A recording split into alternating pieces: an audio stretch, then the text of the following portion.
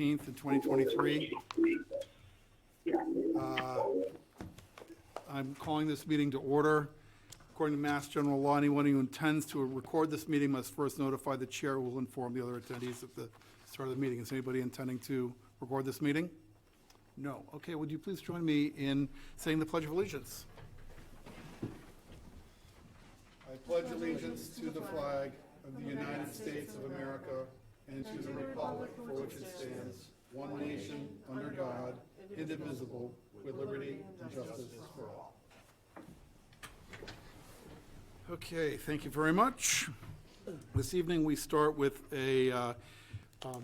some hearings that were continued.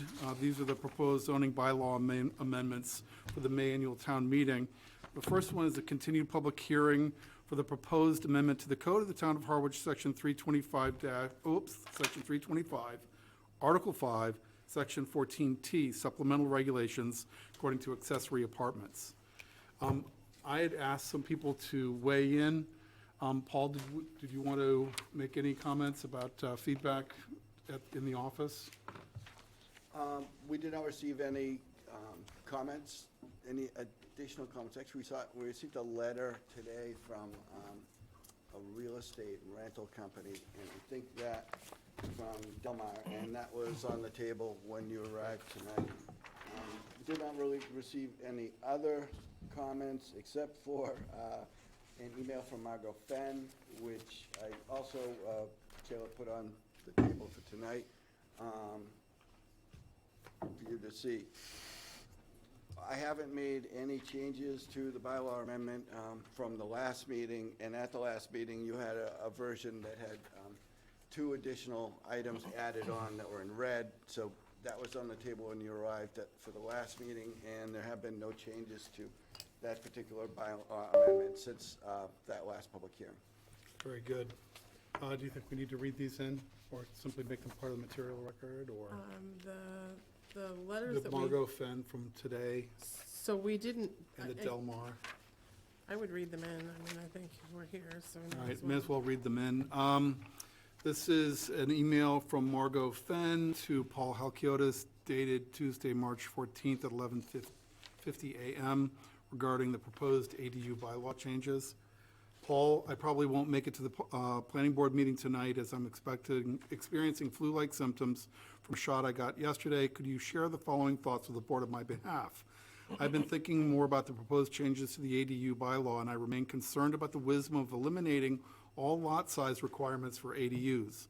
This is a major change, and it would be good to have some information about how ADUs have been handled elsewhere before throwing open the door to higher bedroom densities throughout the town. As I said at the last meeting, there are potential water quality impacts from such a change.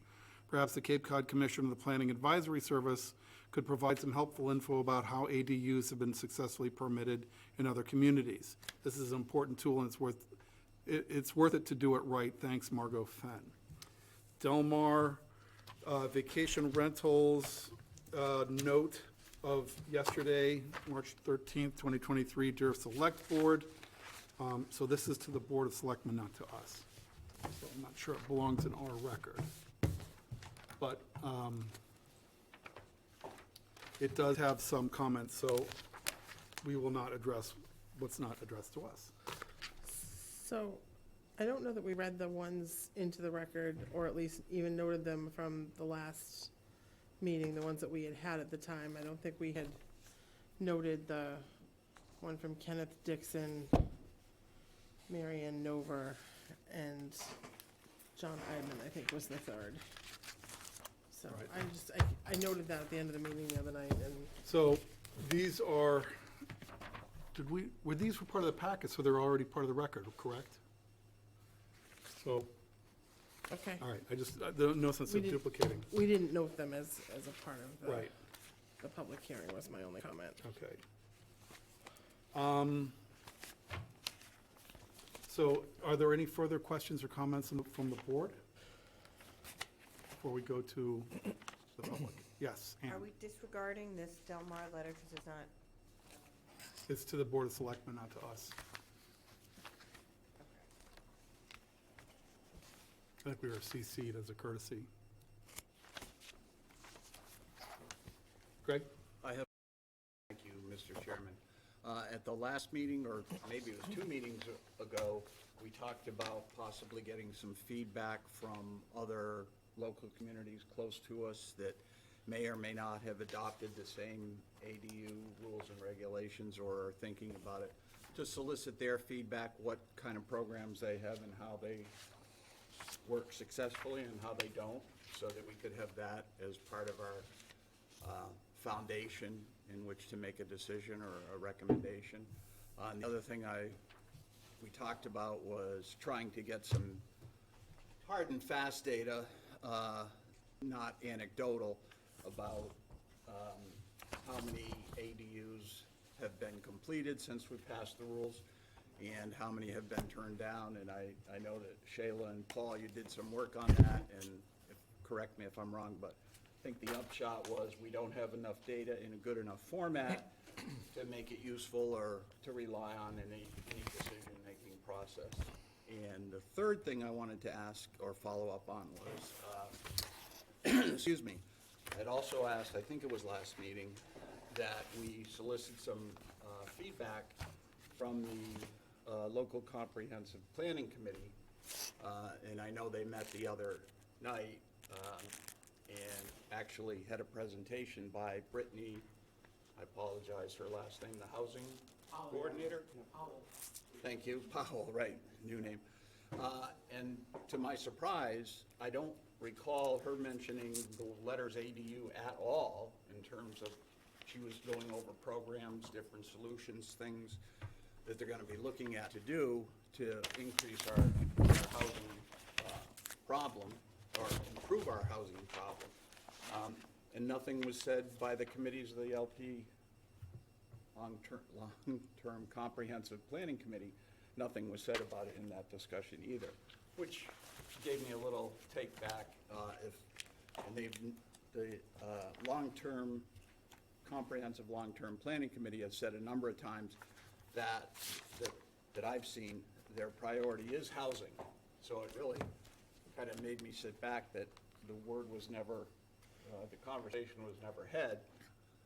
Which also brings me then to one of the issues we've been struggling with. Are we trying to slam something in, not knowing what unintended consequences there might be, and having the data to make good conscious decisions? And that kind of, again, made me scratch my head when I heard the Comprehensive Planning Committee didn't even mention it. So those are 3 things that kind of held over from our last 2 meetings, which I don't think have been addressed yet, and I'd like to hear before we possibly go any further. Thanks, Greg. Thank you. Thanks. Anybody else before we open to the public? Mary? You know, I understand the desire for data, I really do, and I'm not saying that data isn't gonna help down the line, but it's clear based on the way the information is currently gathered, and it's clear that we can't put solid numbers on what has or hasn't happened. We would never be able to get an accurate record of how many people haven't come in to do something because they know ahead of time that they don't qualify. I think the fact is we have a bylaw on the books that trade professionals, that residents, and that our select board is telling us that they're getting feedback that it's not working, and we're trying to make a fix. And I think the longer we delay in trying to make a fix, I mean, this ADU bylaw is it's not a new thing. We've had one for a long time. We were asked to update it based on a uniform bylaw that was set out there from the Cape Cod Commission. We made some changes to ours, and those changes haven't helped in the manner in which I think was intended. So we haven't seen an increase in them. But I also think there's a misconception that these are capital A affordable. They're not intended to be, there's no affordability component in our bylaw. So they are simply additional units that will be smaller in nature. They'll provide additional units for some people who don't need a large 3, 4, 5-bedroom house. And they will hopefully provide some homeowners with a means of staying in their home by providing a second source of income for them by having a rental in them. I think that's, from my perspective, those are both wins. Even if we do either of those two things, then those are wins. I would hate to see us delay this bylaw to another town meeting, either another year or another 6 months, when we're getting feedback from a pretty wide and varied group. When you're talking homeowners, you're hearing it from contractors, and you're hearing it from your Board of Selectmen that they're getting complaints that we need to do something to correct it. And I just think it's a good means to correct it, see what happens, and, we can hopefully collect data from the changes. I just would hate to see us wait any longer. Mr. Chairman? Yeah. Just in response, Mary, I've dismissed the whole idea of data a long time ago, or after we got the memo from Paul that it's not available. So that isn't even an issue in my mind anymore, unfortunately. I do think whatever we do, we as a town should learn, not just we as a board, but zoning and building. Maybe we need to develop a different spreadsheet where we can track some of that information for the future. I think it would be good to have, if it's not overburdensome for the town employees to collect that information. We got smart people here. We could put our heads together and say, what are the things we need to capture when somebody comes in, requests a building permit, or has a conversation.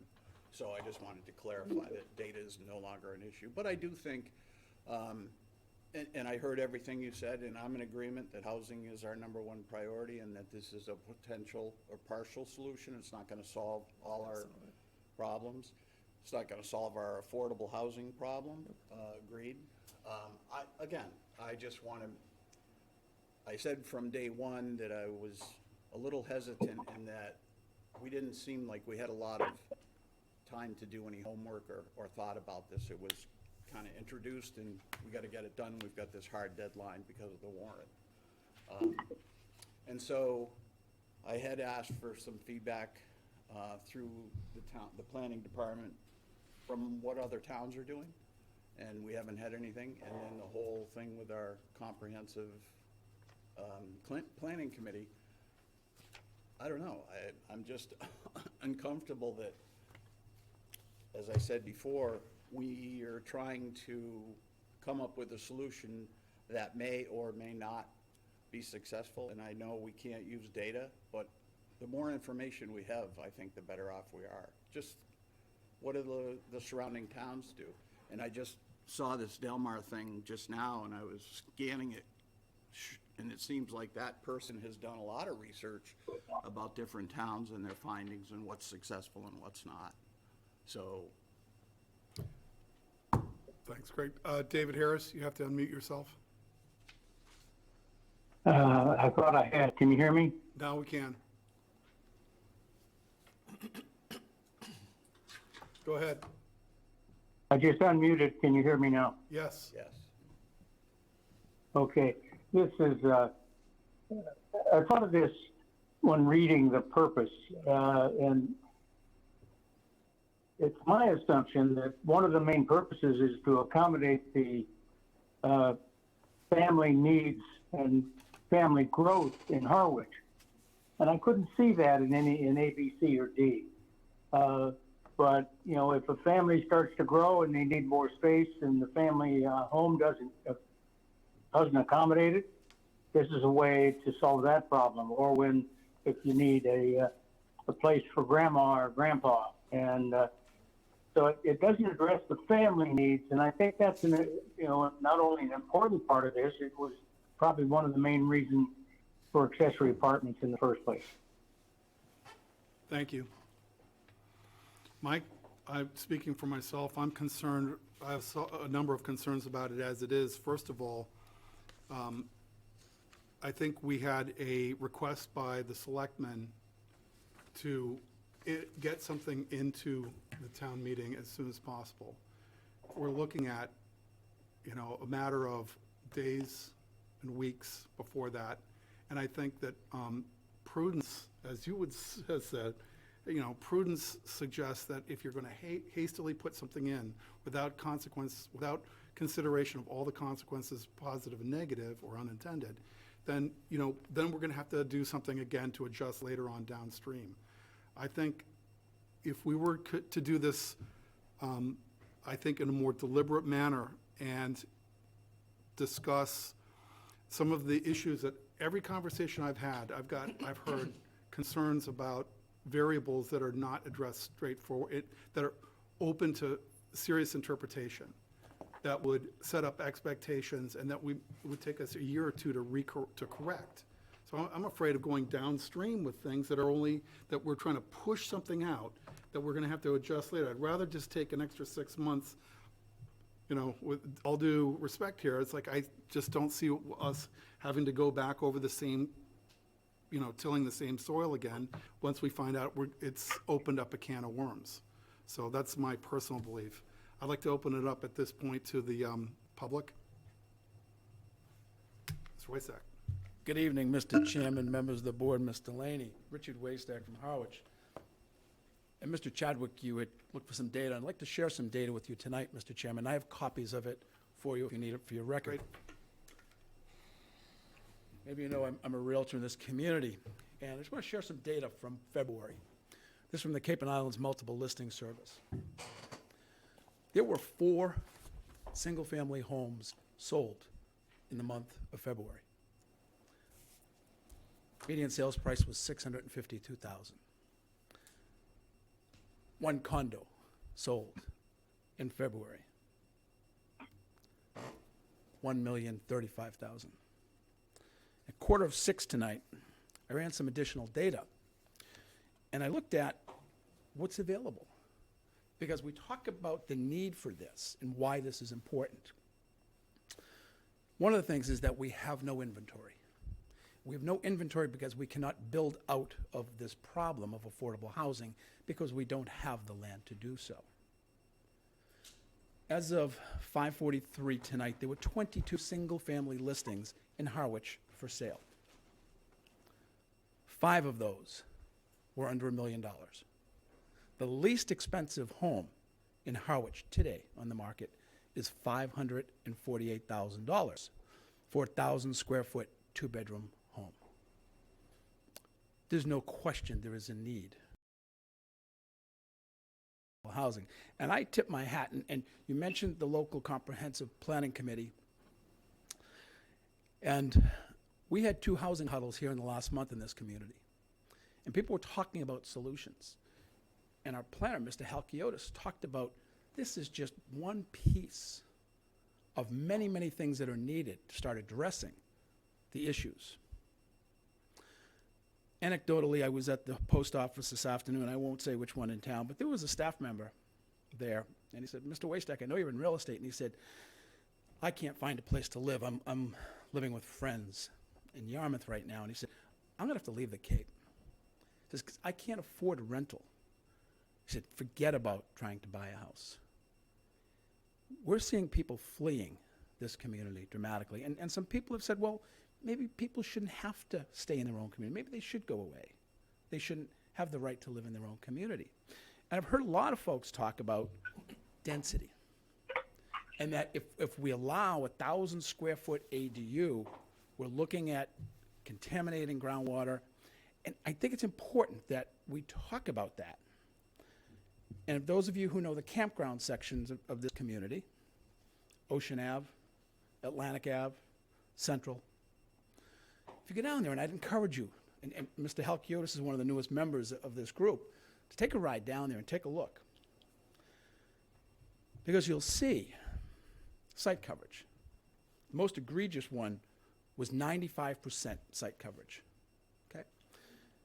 It was a 1,520 square foot, and all of this data is from our assessor's database, so each individual field card. 1,520 square foot home on a 1,600 square foot lot. 95% site coverage. Ocean Ave, 46%, 44%, 34%, 64%, 36% site coverage. And these are 1,250 square foot homes on 3,400 square foot lots. And it goes on and on. And we look at other areas. People talk about sensitive areas of Six Ponds and the DCPC. Well, if you look in Six Ponds, you see a little bit difference in terms of those site coverage. See some larger homes, 3,200 square feet, but those are on 58,000 square foot lots, a site coverage of 5%. The next door neighbor, and this is on Oyster Pond, by the way, the next door is 3,200 square feet on 58,480 square feet. If you look at the DCPC, Oak Street, past Queen Anne Road,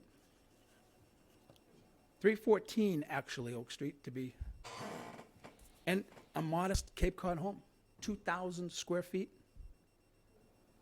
on a lot size of 102,880 square feet, a site coverage of 2%.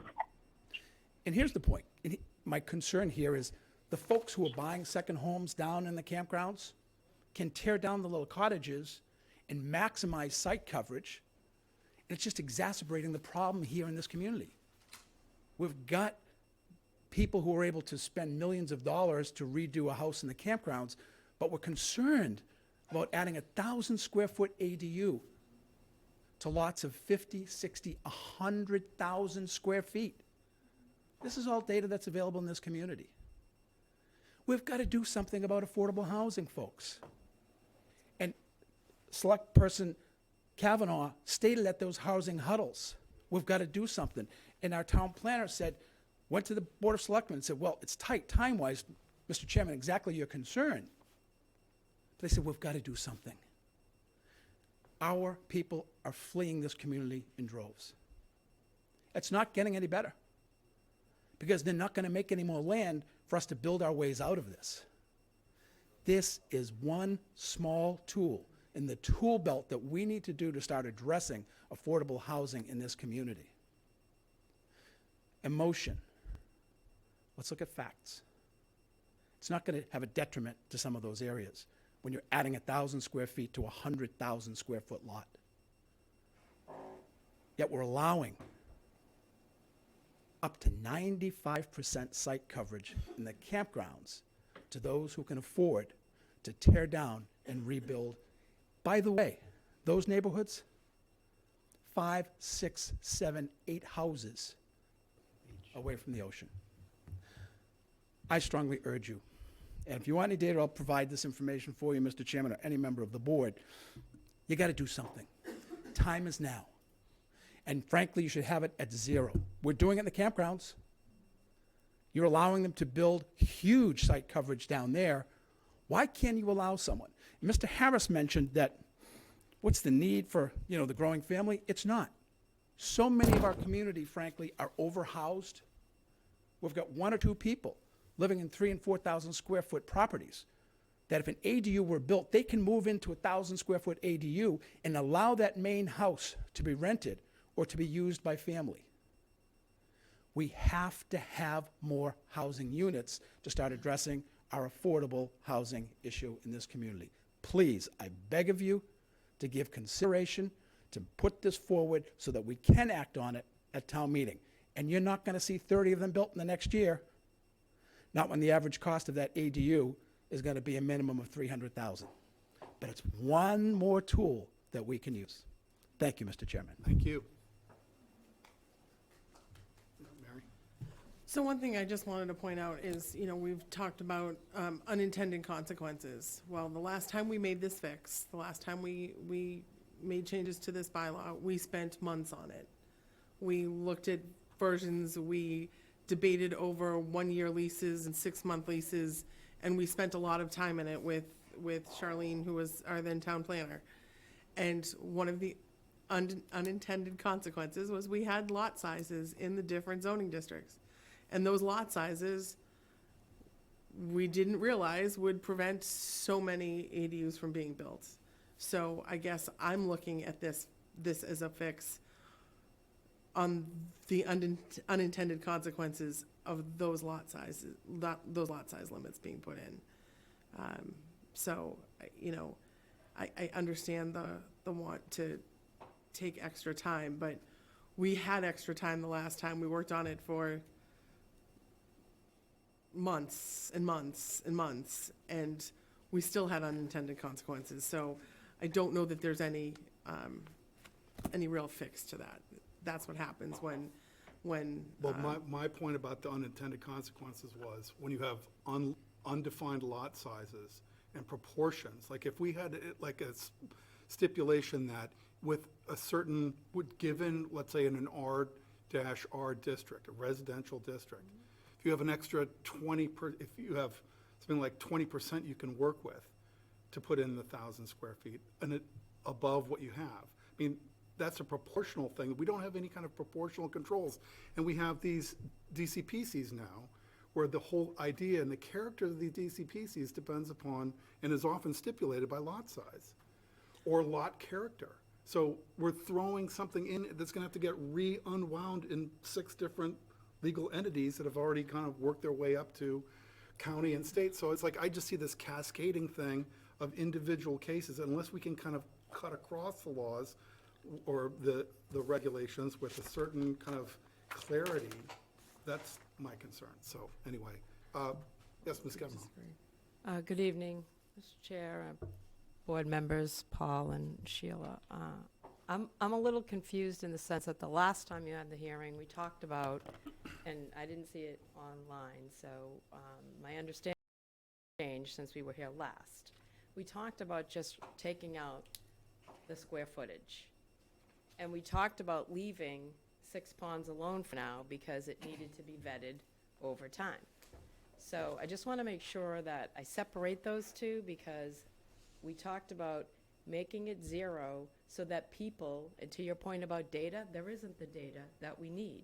We need to understand how many other people will come in as a result of this change, which, to Mary's point, came about because we worked collectively across the Cape to adopt the Cape Cod Commission's ADU bylaws. And I think what happened in this scenario, if I remember correctly, because I was involved with conversations with the commission at that time where they tried to move this forward. I think we Harwichized the ADU bylaw and put the square footage in, creating the problem that we have today. And what we're asking is to bring it down to 0, to allow people the opportunity to come in. They still have to meet the setbacks. They still have to meet the building coverage. They still have to meet the site coverage. And to Richard's point, people are already, by special permit, maxing out much smaller lots than the average person in town. Talking about bringing it to 0, taking out DCPC for now, because that would require a whole nother address to the zoning bylaws. And what I guess the point also is here we are trying to do something to push the needle forward, to figure out if we can create some housing, whether it be somebody renting the ADU so that there's reasonable rent, whether it be that person in the main house moves to the ADU and rents the house. But, you know, I don't know if you've heard this slogan recently, but, you know, we protected Cape Cod. We now need to protect the locals that live here on Cape Cod. We're hearing too many stories about people leaving the Cape, whether they be your average restaurant worker or a planner, as I said last time, conservation agents. People are leaving. We're trying to create a situation that we can at least assess the ability to offer other opportunities for housing. And so to say that we're creating a problem or jeopardizing our water doesn't make any sense to me, because we're not allowing additional bedrooms. We are not even allowing additional bedrooms for people connecting to the sewer. So there's no impact to number of bedrooms. There's no increase in nitrogen load. The last thing the Board of Selectmen wants to do is to jeopardize water quality or increase nitrogen while we spend millions of dollars to sewer the town. So I just want to make that clarification. I think we're kind of lumping a couple things in here, and that I don't believe that's before the board currently, And Paul, could you just clarify for me? The proposed amendment does not change any of the regulations related to the DCPC, the Six Ponds DCPC. So just to be clear, we're not touching the DCPC currently. That would come up over the course of your next year in your hearings. This is to simplify it, to let people come in, to be able to see whether or not they can meet the criteria. They may not be able to. Many people may not be able to. If they're already over on site coverage or building coverage, they would have to address those issues. So I asked the board to work with the select board in trying to help local people in the housing situations that they are in to create additional housing, or the people seeking housing. At the housing huddle, we heard of a teacher that we have in town who literally had to pay $9,000, first, last, and security, to get in to a property because he didn't have the housing opportunity he had anymore. And the only reason he was able to meet that is so unfortunate. His dad passed away. He inherited money. Otherwise, he had nowhere to live. So this is your typical scenario. We have a teacher who's been here for several years teaching our kids and would have had to leave had his father not died. So they inherited the money to get, and it wasn't that he bought, it was a rental, first, last, and security.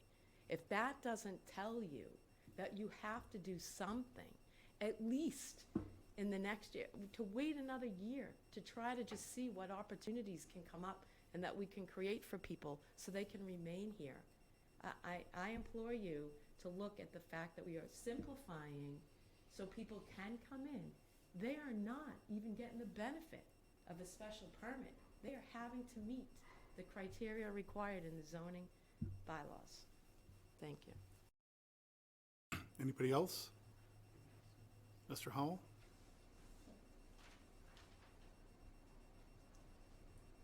Thank you, Mr. Chair, members of the Planning Board, Paul. I'm not here as your liaison speaking, and I'm not here as a member of the Board of Selectmen. As a matter of fact, the board has taken no vote on this specific proposal.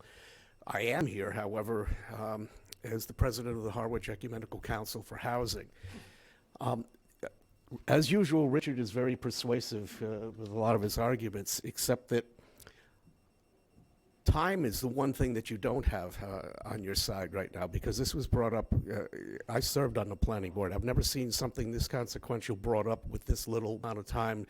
It's kind of like you're trying to tune up a car while it's on the highway on your way to vacation. I am absolutely in favor of making a change at some point.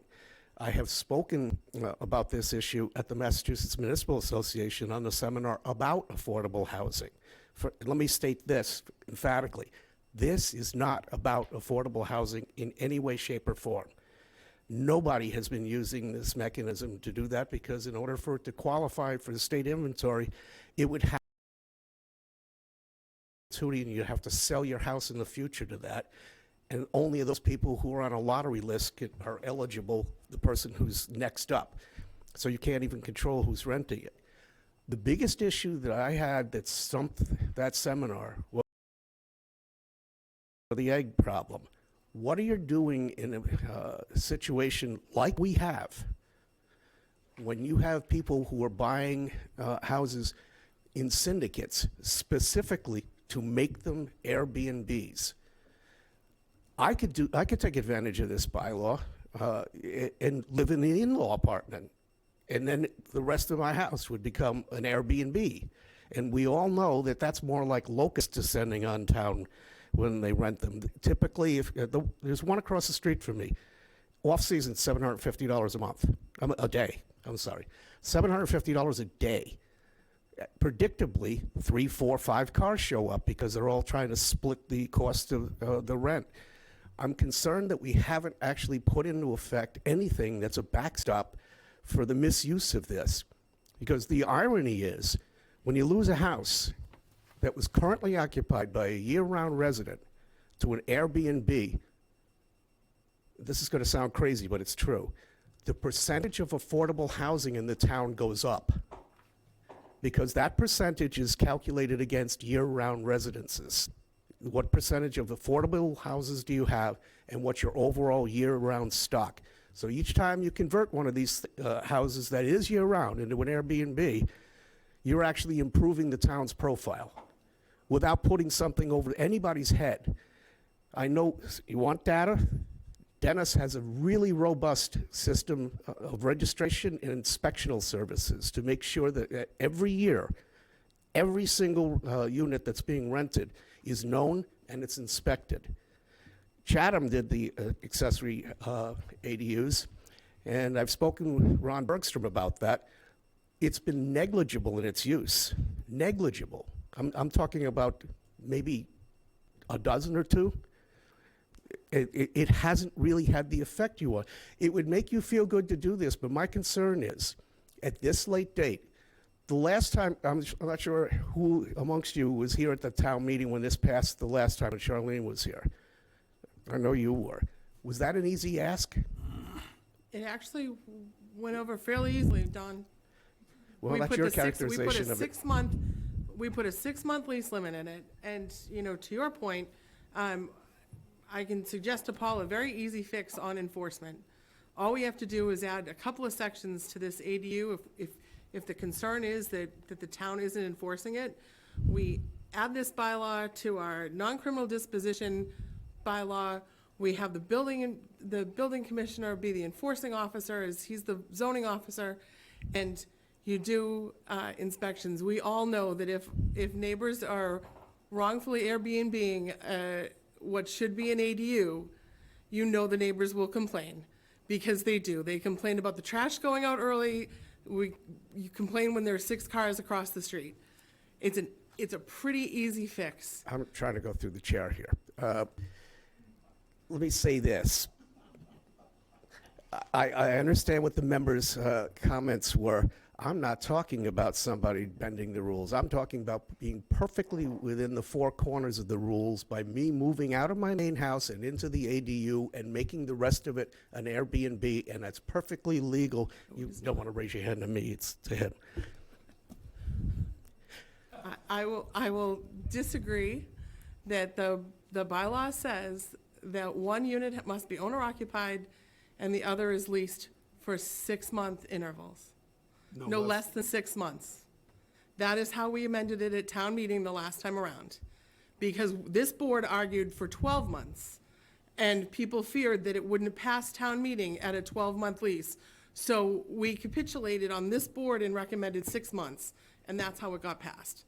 So anyone who is choosing to Airbnb something that was built under an ADU bylaw should be met with fines under our non-criminal disposition bylaw, and if we have missed that in this language, thank you for pointing it out, because we can put it in now, and we can make that correction.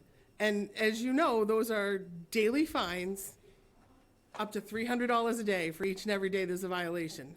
So it's a matter, if enforcement is the concern, that's a relatively easy fix on our end. My concern ongoing is you don't have the overall circumstances nailed down. We're already in the middle of March, and most planning gets done August, September, and is well on its way to vetting questions and answering concerns in December, in January. We're still here talking about, yeah, we could change that.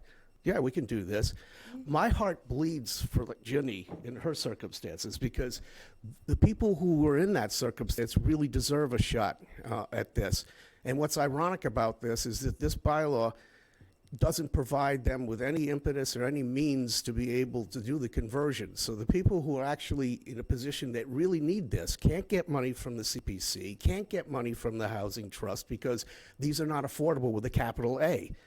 So they're going to have to go out and try to finance 6-figure money to do something where they probably don't have the wherewithal in this credit environment to be able to pull that off. The people who already have houses that are really large and hire landscapers for 9 months of the year so that they can make sure no one's allowed in their property are the ones who would be able to do something. I don't see where you haven't been able to articulate other than let's do something, what your end objective is here. I'm afraid that this isn't going to pass a town meeting because it doesn't have a clear path and it doesn't have a clear objective about what it is you're trying to do, and it certainly isn't about affordable housing. So it's just my concern. I've been involved with affordable housing for 25 years. I've been involved with building hundreds of units. This isn't that. So I think we tried at the last meeting, and we have tried during this meeting to make it clear that the ADUs are not capital A affordable. They were never intended to be capital A affordable. We don't have an affordability restriction in our ADU bylaw. Yarmouth happens to have an affordable restriction in its ADU bylaw. We do not. It's been a matter of trying to tweak based on the requests from housing communities and from the Cape Cod Commission. For as long as I've been on this board, we've had an ADU bylaw. It was by special permit. We were asked to fix that and to make it easier for people to come in so they didn't have to come to us for special permit. So we did that. And now we're being told that there are unintended consequences of putting in the lot sizes. So we're trying to fix that. Zoning's a working document. And I wish we had the time to redo a whole zoning bylaw and change every imperfection in it. But it's a working document, and we're trying to do what's hopefully going to benefit at least some of the people in our town, and we've been asked to make a change. I, for one, am for it. I think I've made that clear. I don't know that my colleagues necessarily agree with me, but I am remaining steadfast in favor of it, because I think there are some people that will be able to benefit, and while some people may not have the six figures in their pocket to be able to afford to pay cash to do that ADU or to do the renovations to their homes, hopefully some of those people will have some equity in their homes to be able to afford it and be able to pull it off. It's not a perfect fix. Thank you. Mr. Chair, thank you. Cindy Williams, Executive Director of the Harwich Chamber. So I have a question first. Paul, did you not, in the last time we were here, put in the amendment that there was a 6-month cap so that we could protect from the Airbnbs? Yes, And they're signing an affidavit, correct?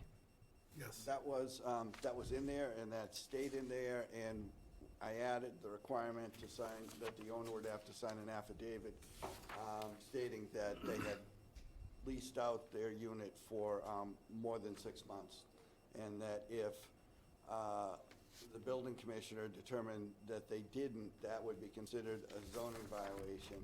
And zoning violations are punishable on a day-by-day, I think, up to $300 fine. So there is in it, and that was added by me in the last section of the bylaw amendment. So we are protecting ourselves from the rogue Airbnb people, possibly, so that would be a good thing.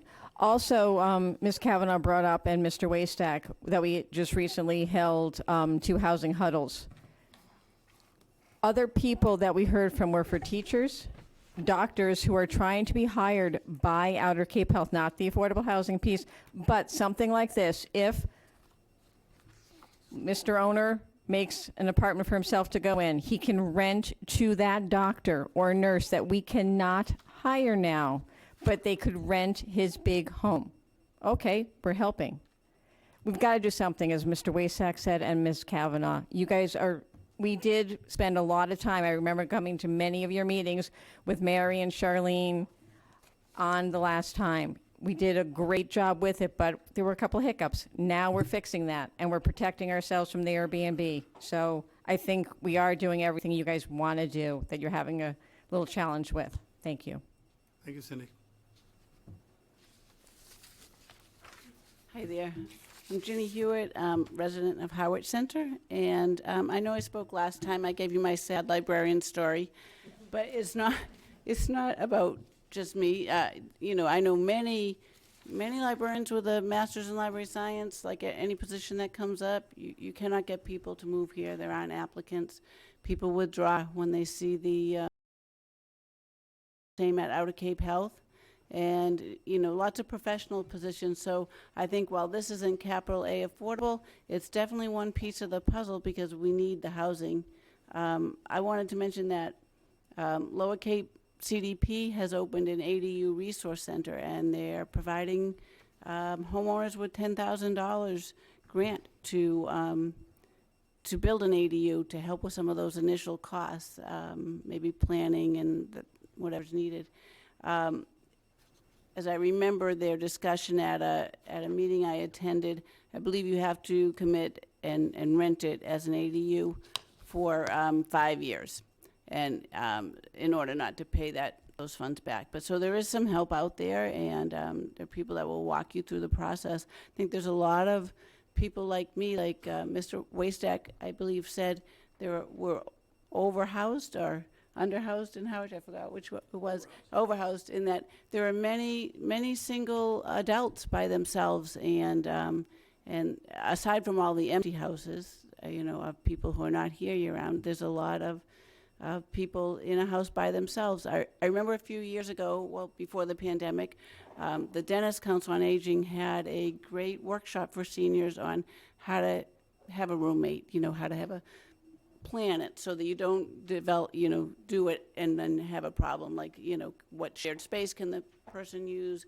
Do you expect them to be shoveling the snow and things like that? I don't know how successful it was. I feel like there needs to be a combined, a roommate's a great thing, but if you can have a wall out of your property and have someone else in there and not in your living space, that seems better. Anyway, I feel like this is something we desperately need. I'm not really sure what else to say. It's as the other, it's not going to affect the DCPC.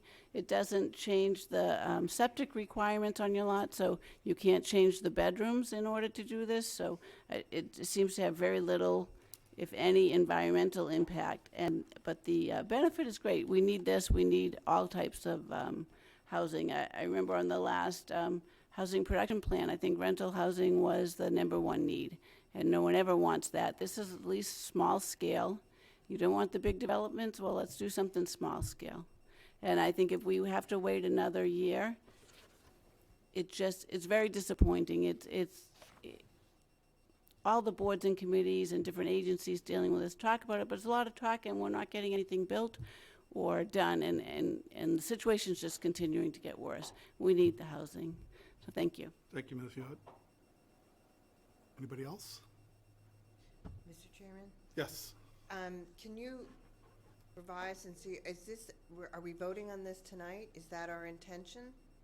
I think the intention is to be able to refer something to the Board of Selectmen for inclusion.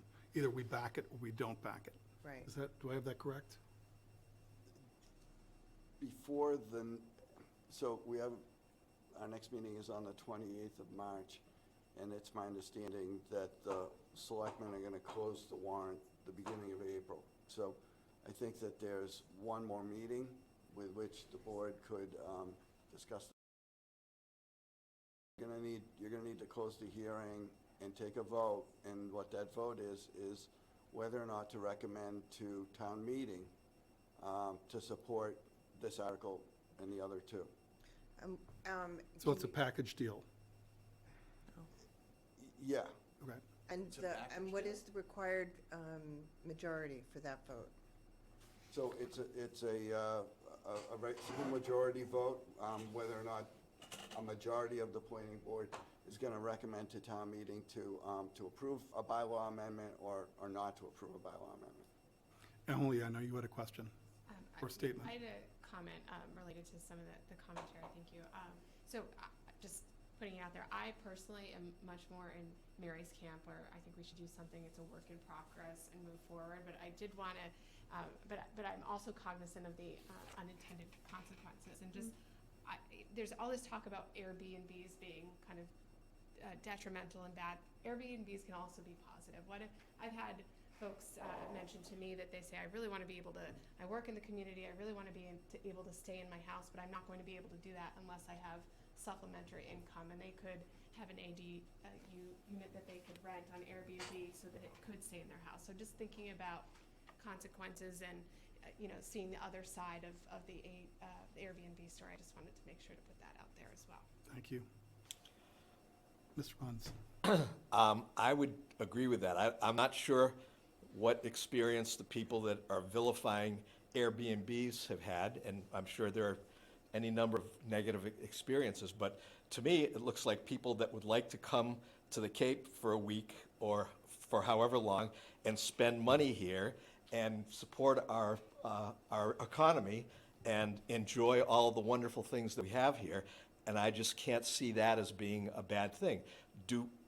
Are there people that abuse that? 25 people jam into a house and bring a band that plays, AC/DC all night long? Sure. Burning tires in the front lawn? No, I'm just kidding. Yeah, exactly. I mean, I'm sure there are those instances, but in general, it's, I owned a house not far from here and lived off the Cape, and I'd rent it through We Need a Vacation. It was before Airbnb was really a well-known name in this area. I think it was big in Europe. And it was great because I couldn't use the house. I mostly had families come in, and we were able to make a little money to support the house. People had a nice place to come to spend their vacation. Kids went to the beach and did all the things that kids do at the beach. So I guess I don't get it. Maybe there's information I just don't have, but I agree that it's, I don't see a bad, in general, an adverse effect on the community by having people come here for a week and support our economy. Thank you, Larry. Craig? Mr. Chairman, thank you. Paul, I just want to clarify something you said. It sounds like if we decided as a board we wanted to continue this, we could and still meet the requirements for the closing of the warrant because of when our next meeting is scheduled. But then you were asked, is it a complete package? And maybe I misunderstood the question, or the amendments that we're discussing, aren't those three separate votes that we're making? They are three separate votes, Okay. and I think we both might have misunderstood the question of Okay. what's Okay. a package. I wanted to just, Mr. Chairman, respond to Mr. Chadwick's earlier comments. At the last hearing, he had asked to have me do some research, see how other towns handled these kind of things, and apparently to talk to the Comprehensive Planning Committee about that. I had forgotten that the Comprehensive Planning Committee had wanted to talk to them. I actually met with them last week, and we talked about the request for proposals for hiring a consultant to start working on the plan. Had I had the time to do this the way I normally would have approached this assignment, I would have collected the bylaws from the other communities on the Cape, would have looked at bylaws from communities off Cape. We would have looked at the Cape Cod Commission's model accessory dwelling unit bylaw, and most likely with a comprehensive rewrite. The request on May 1st, our last meeting was at the end of February, the last day of February, for me to undertake that research was not a realistic request, and what I would have, if I had had time to do that, which unfortunately the board is busy. You've got a lot of applications. It's a busy planning office, and Shayla and I are doing our best to manage all of these things at once. Had I done that and been able to review those bylaw amendments, I would have come back tonight with something completely different that maybe would have involved changing other sections of the code, which it actually would have needed to. And that's not what was included in the public hearing notice. So that was not a realistic request given the late stage of the game. And I think Selectman Howell, pointed out as a former planning board member of what the normal timeline is when we start to work on these things. So going back to my original assignment given to me from the Board of Selectmen, they wanted me to remove the minimum lot size requirements because they saw that as one of the biggest impediments to seeing more of these come through. I did that, and then we received some comments, and I went back and I made a lot of other changes. So it turned out to be a substantial rewrite of the bylaw amendment. but it wasn't one that was done in the way that I normally would have done it, which would have involved more research, talking to my colleagues in the other towns that have been dealing with this and finding out whose bylaw is actually working. So I apologize for not being able to get all that done, but it wasn't a request that was reasonable for me to undertake and do that work within the 2-week time frame, and then to turn around a completely revised bylaw for you for tonight. So to your points, I just wanted to say that pretty much underscores my concern is that the due diligence on the part of the planning department and the planning board would have certainly embraced all of these variables, and that target for me is probably moved from when Charlene was running the office, half a decade ago. So first of all, that's one thing. The second thing is, I am totally sympathetic to the idea that Harwich ought to go its own way and find definitively what we need, what our concerns are. And the only way we do that is, first of all, by developing a rough framework like this, but secondly, comparing it and contrasting it to what's also being done, so that this would not work in Harwich. We do not have the personnel to do, for instance, the kind of changes, to do the kind of inspections that we need on a routine basis when you have thousands of people flushing into the city or to the town on a, either a weekly or a monthly basis. And then finally, I would also add that there's also a paradox in demanding or requesting urgency and something that's not going to change the scenario a lot.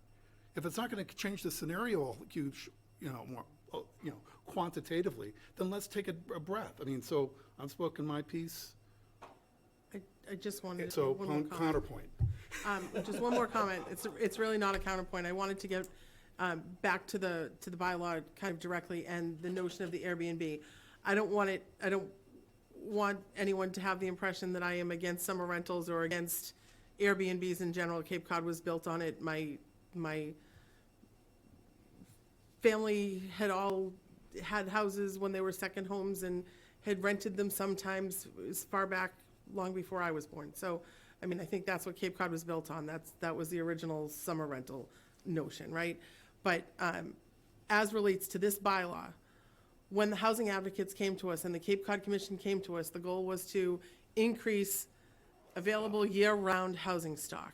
So the request was made that these be year-round rentals, not Airbnb rentals.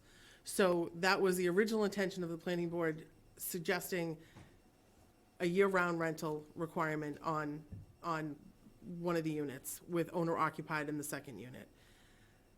When the concern came up that the year-round rental might be difficult to pass a town meeting, that's when that requirement was dropped to a 6-month requirement. So I just want to make it clear, it was more about building what could be year-round housing stock as opposed to being generally against Airbnbs. It was for a purpose, and that was the way that the housing advocates came to us and the way the Cape Cod Commission had broached the whole topic of amending the ADU bylaws. So I just wanted to get that out there for those that are listening. Ann, did you have a? Yes, Mr. Chairman. So I think we also have to understand that the economy of Harwich has changed, specifically related to the pandemic. We became incredibly popular in a whole different way. Right. I think that, and please correct me if I'm wrong, I think our housing stock is now on 55% are second homeowners. Is that close to being correct? Higher. Higher? So in just a short period of time during the pandemic, a major economic variable has changed, which leads me to saying, let's take another 6 months. I am exactly the person who needs an ADU, and that is how I will stay in my house. Hopefully I live as long as my mother did. That's the intention. So I'm absolutely for ADUs. I am not for taking an approach which the urgency is, if we're not going to get that many applications in a year, I don't think there's that much harm in getting this bylaw right the first time.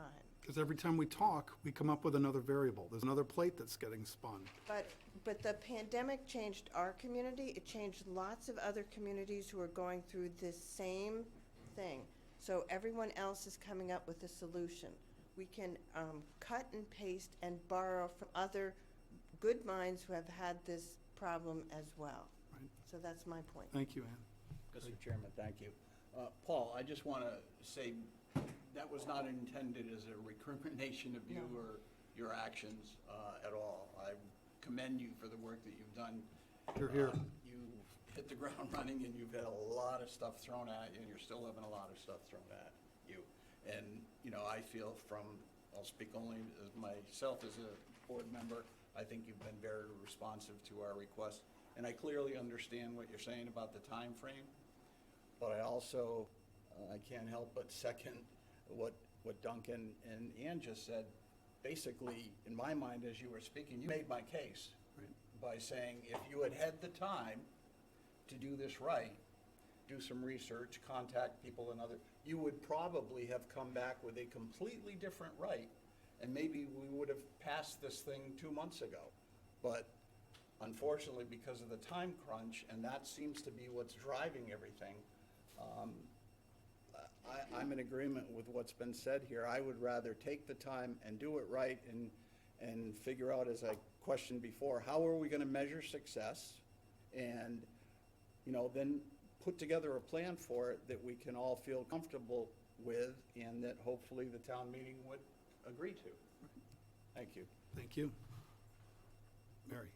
So I guess, I mean, I understand, I hear what you're all saying about the time.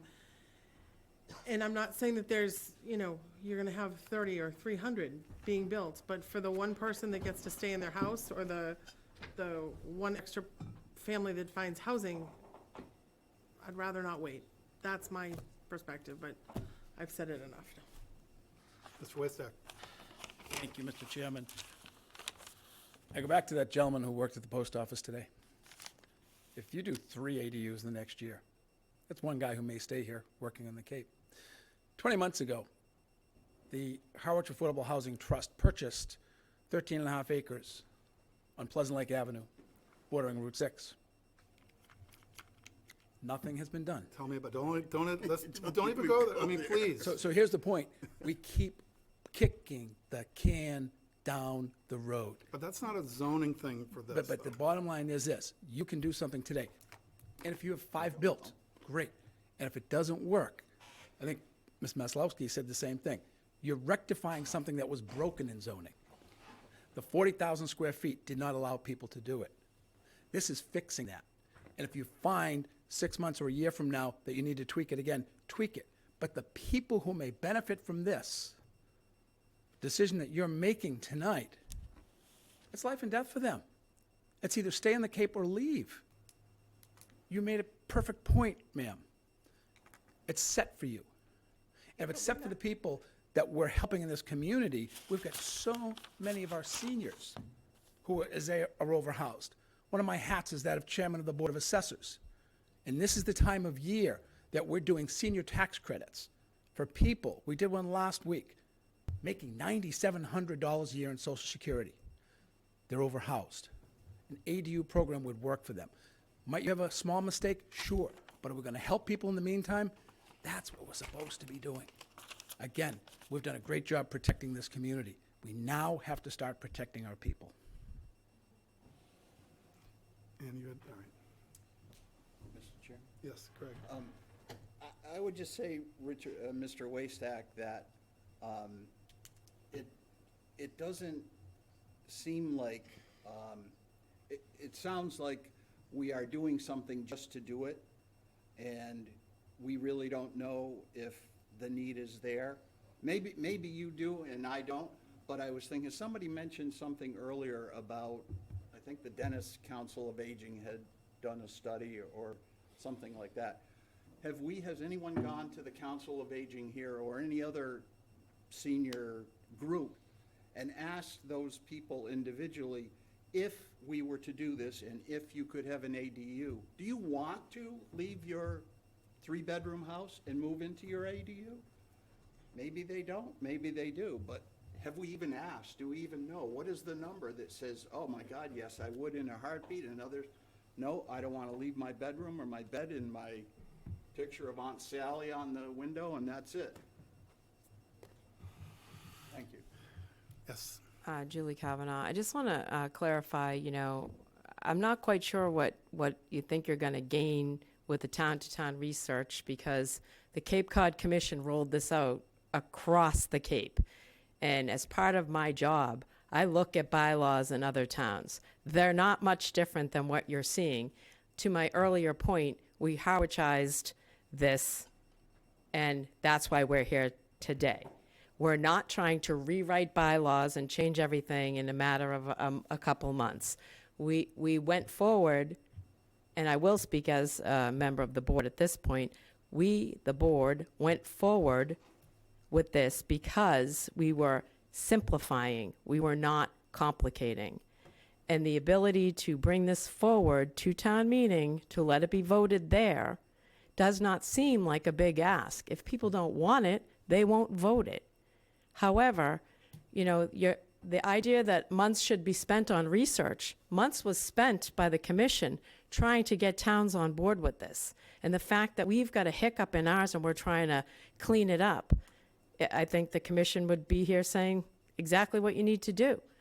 I've spoken to various people who could take advantage of this, who want to be able to stay in town. So that point, and to the point on data, whether or not you go to the Council on Aging in Harwich, Dennis, or whatever, you're still only limiting yourself to the people who show up there.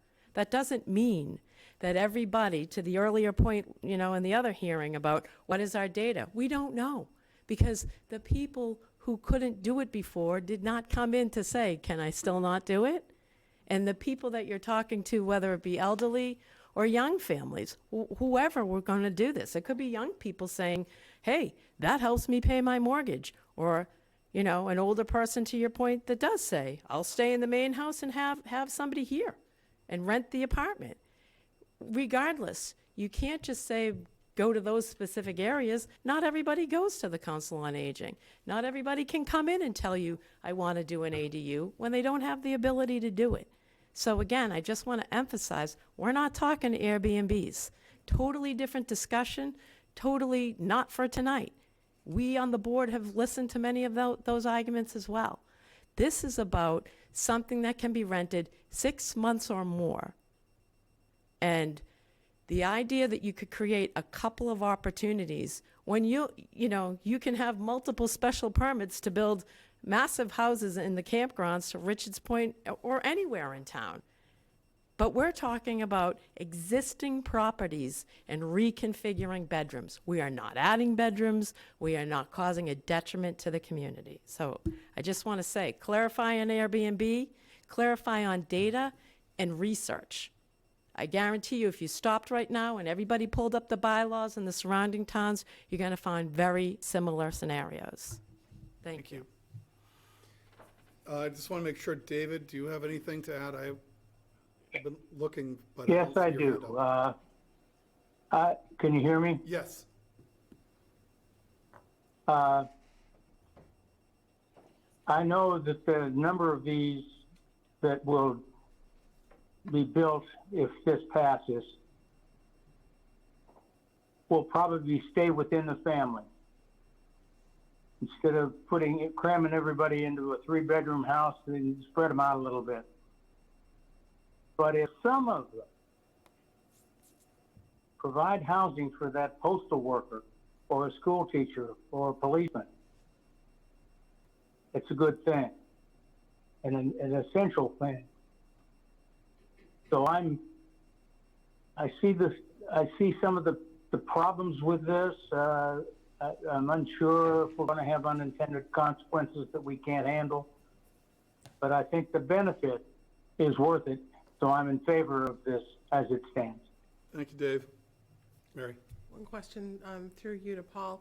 Paul, are you comfortable that that the building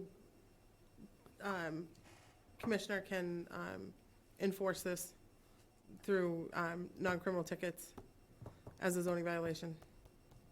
Because that would be my only other my only other request. It was pointed out this evening and certainly worth looking at. To, the language in the last section 4 was inserted that states that the owner has to submit an affidavit stating that they have rented the house for 6 months or more. And it further states that the building commissioner can cite them for a zoning violation. And I know zoning violations can be compounded day by day, and it's my understanding in the state that there's a maximum of $300 a day for zoning violations. Having said that, can the building commissioner enforce this? Is a two-pronged question. I don't think that the building department has the capacity to do this kind of zoning enforcement. There was a budget request for town meeting to create a zoning administrator position that would be involved with enforcement. And so from what I've seen going on in the building department, they're still trying to catch up in issuing building permits that were applied for months ago, when there's a state mandate for a 30-day window to issue a building permit. So I don't think, from a practical standpoint, the town has the ability to do a lot of zoning enforcement. It's usually, in most communities, it's the same way, and it's usually complaint-driven. But I think the bylaw does have provisions in there that give him the right to enforce these requirements. Okay. Thank you. All right, do we have, what's the will of the board? We want to close the public hearing, or do people want to still? We can continue it to the next meeting if you want, or we can close the public hearing, deliberate, and then decide then.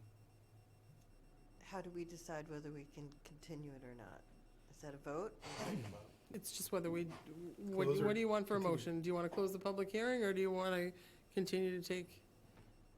I think there's value in a continuation. And what's our next meeting? The Well, 11th? should we vote on that? I have to do a We don't motion have to first. vote. No, Harry. what is it, the 28th? Yeah, so the board will need to take a vote to continue the public So hearing I on would, this article. so I would make a motion that we continue the public hearing on the ADU proposed bylaw amendments to March, I'm sorry. 28th. March 28th, no earlier than 6:30 PM. Do I have a second? Second. Do I have any discussion? Roll call vote, David Harris, David Harris, aye. Ann Tucker, Ann Tucker, aye. Emily Rudy. I can't read, I was gonna say Rudy, no, sorry. Emily Brody, nay. Nay. No. Okay. Mary Maslowski, aye. Craig Chadwick. Craig Chadwick, aye. Larry Munz. Harry Munz, nay.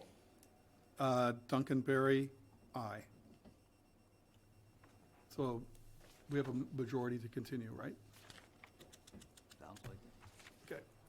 Second item tonight is the public hearing, continued public hearing for the proposed amendment to the Code of the Town of Harwich, Section 325, Article 22, large-scale ground-mounted photovoltaic arrays, solar photovoltaic installations. So this, as you will recall, we had a very compelling testimony by an abutter, and we decided to continue. I don't know what was the ambiguity on this. I don't think that I recall off the top of my head.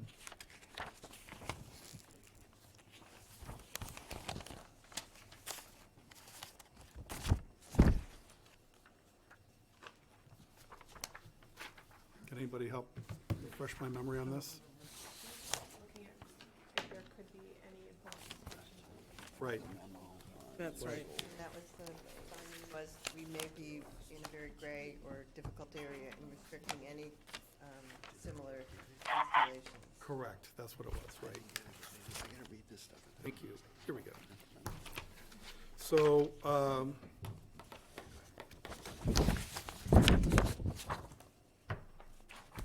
opening the discussion on the board, is there any further comments on this? Questions? Paul, did you have any? Thank you, Mr. Additional- Chairman. At the first public hearing, Mary pointed out that she thought the numbering was off on the article, Right. and she was right. And so I contacted General Code Publishing and got advice for them about how to handle the numbering. And the bylaw that you have is renumbered, but there were no changes to any words. So I Great. did some formatting and some renumbering. Unfortunately, the way I was instructed to do it wasn't optimal, but it got the job done. Okay. That, as I seem to recall, was the only catching point. I don't recall any further discussion on enforcement or the metrics. No, it's just this question about the ground-mounted solar installations going forward. Right, right. What was the Oh, question? the grandfathering issue? Yeah. So I think there was a question had come up that if one was destroyed, could they rebuild in the same footprint? And I think you said you thought they could, That's because the they'd be way- grandfathered. In zoning, that's the way these things usually work, yeah. So I think that was the only other, So the changes in this one would be, given that case, that it would have to be screened and fenced and Right. other protections for the neighborhood, correct? So if we're talking about the one that we saw images of, that's a good question, whether they would need to comply with these additional requirements if that one was damaged or destroyed. Zoning is not retroactive, and usually what you have in place, you're entitled to replace if it's damaged by some kind of natural causes like that. So all we're doing is fixing going forward. So going forward, we're gonna hopefully prevent that from happening again, and that was my goal going into this. Great, thank you. There was also a question about whether or not there was protections under state law, and I wrote a memo to the board explaining that and citing the particular section of Chapter 40A, Section 3, which just says that communities cannot unreasonably regulate this use. And I don't think the requirement for a special permit for a commercial type installation, that's not considered an unreasonable regulation of the use. So I think we're good as written with this bylaw amendment, and as I said, there were no changes other than the numbering sequence. Great. Thank you, Mr. Chairman. A question came up since we met last time, and this amendment is specifically to address ground-mounted residential solar systems, correct? So there are two sections. One section allows for commercial property installations by special permit, and that includes putting ground-mounted on a commercially zoned piece of property, or putting on the roof of a commercially zoned piece of property, or what we've seen more recently, these canopies with solar on the roof. So it covers those three scenarios requiring a special permit. Then under the last section, it allows by right in residential districts, provided they undertake the types of screening that Laid out. That was you it, know, yeah. vegetation, fences, complying with the setbacks in that district, and placement of the solar arrays behind the house, not in the front or side yards. So that's, in a nutshell, the new regulations that I wrote here. My question is, and I know we're under a time crunch, I'm not trying to muddy the waters or cause more research, but I think, I'm not positive, somebody smarter than me would know, I think there are roof-mounted solar panels that have mechanics to them, similar to the ground-mounted display that we're concerned about, that follow the sun on the roof. Should we have some kind of regulation for that included here? Because again, I don't know any of this to be true, but I suspect it's possible with a roof-mounted solar array that has a mechanical aspect to it to follow the sun might also end up being in violation of the roof panels can be no higher than the peak of the house or hang over the edge. Yeah. And if they're moving to follow the sun, that may be or may not. I don't know. So I just want to I make agree sure that, that we, like everything we talked about at the ADU, if we can make something right the first time, we're not coming back here a year from now when somebody does one of these and upsets the neighborhood. I agree that there's probably that technology up there. Regulation follows innovation. And I think during my initial comments about the bylaw amendment, I said something to the effect of that I didn't want to write regulations that suppressed new technology. However, you do bring up a point. We have. You do too. We have the provisions in here that say that they can't extend beyond the edge of the roof. And I think there's a requirement that says that they can't extend more than 10 feet above the roof line. Right. But there's nothing in here that would prohibit some kind of a mechanical installation that could rotate with the sun. And that's a question that I think is worthy of some discussion of whether you think I should put something in, and I could, but whether it's appropriate. Whether what's in there now, kind of covers it. If it doesn't stick up way beyond the roof line or over the edge, is that okay if the thing moves to track the sun? I'll turn that over to the board for further discussion. Thank you, Paul. Any other comments from the board? Any comments from the public? Dave, I just want to make sure we're looking at you. If you have any. Yeah, I guess one thing I'm concerned about with either stationary or mechanical systems is that they could cause a serious nuisance to neighbors if they reflect the sun in such a way that it would not naturally fall into a home. There've been laws in major cities about visual pollution and blocking the sunlight and things like that. I don't know how they all worked out, but I think that the innovation part of this is something that's fluid and will evolve, and I'm not sure that a regulation can foresee that, so it may need to be adjusted downstream. Thank you, Dave. Should we close the hearing? If there's somebody further? I almost wonder if we shouldn't look into it, 10 feet above the roof line, I just, So you may, Mr. Chairman, just read this Please. one section that we have regarding residential photovoltaic installations, rooftop solar installations. Rooftop solar installations are allowed by right in all residential zoning districts. Solar panels shall not extend over the edge of the roof and shall not extend above the roof line. So right now, it's basically, it has to stay with the width and within the height.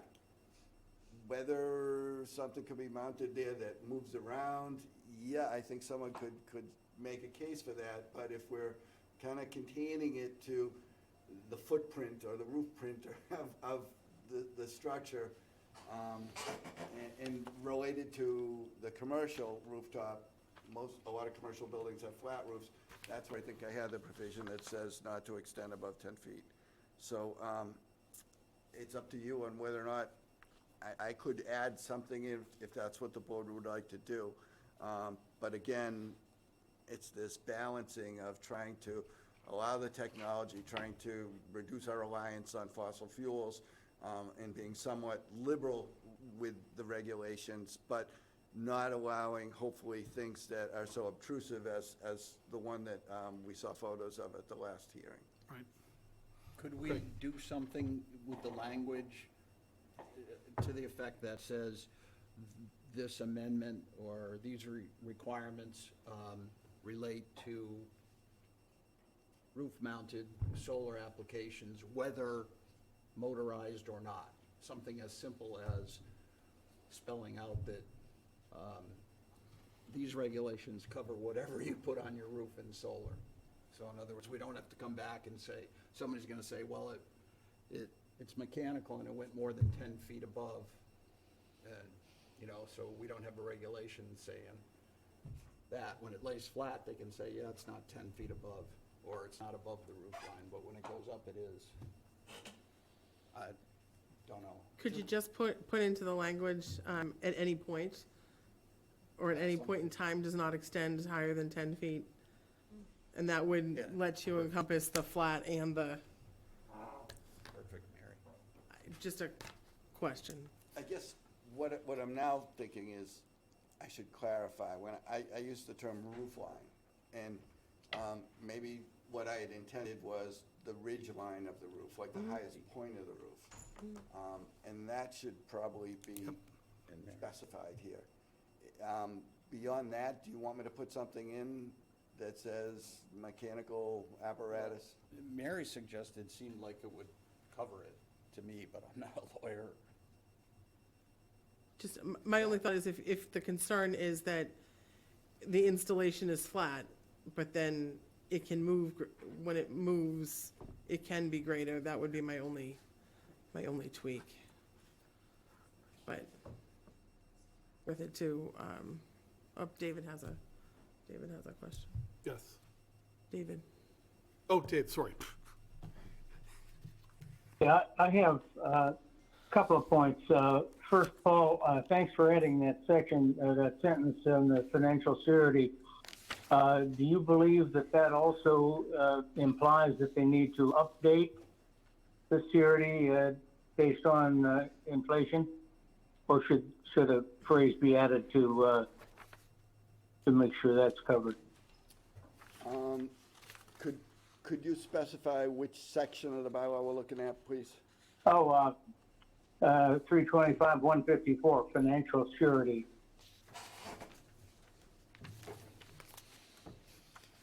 The last sentence, the amount shall be include a mechanism for 149.7. calculating increased removal costs due to inflation. Question is, do they have to update the bond periodically during the course of this? Okay. And the other one, and Paul, whether this is covered also by the building commissioner, the wind load on these, especially the mechanical one, and the weight of these may be something that an existing structure couldn't handle. So is that addressed in this amendment, or would it be would they be required to get a building permit as well? These would require a building permit, and that's Okay. that's a building code issue, not a zoning issue. No, I understand. I just want to make sure it was covered somewhere, because that could be a serious problem, especially in older homes. I agree. Regarding the surety question, I understand what you're saying, but I haven't seen bylaws that require someone to come back and add over time money into a surety bond, or attaching like the consumer price index or some sort of escalator over time. So I'm not sure that we can do that. I haven't seen that done before, but I understand your point, that 15 or 20 Well- years from now, it might cost more to remove it. Yeah, I hate to see the town stuck for the difference. Yeah, I understand. So, the board, Anyway. guidance on that? I agree, it's a thorny issue to address that. I just wanted to see what your thoughts were. All right, Dave. thanks. Do we have a thought on that?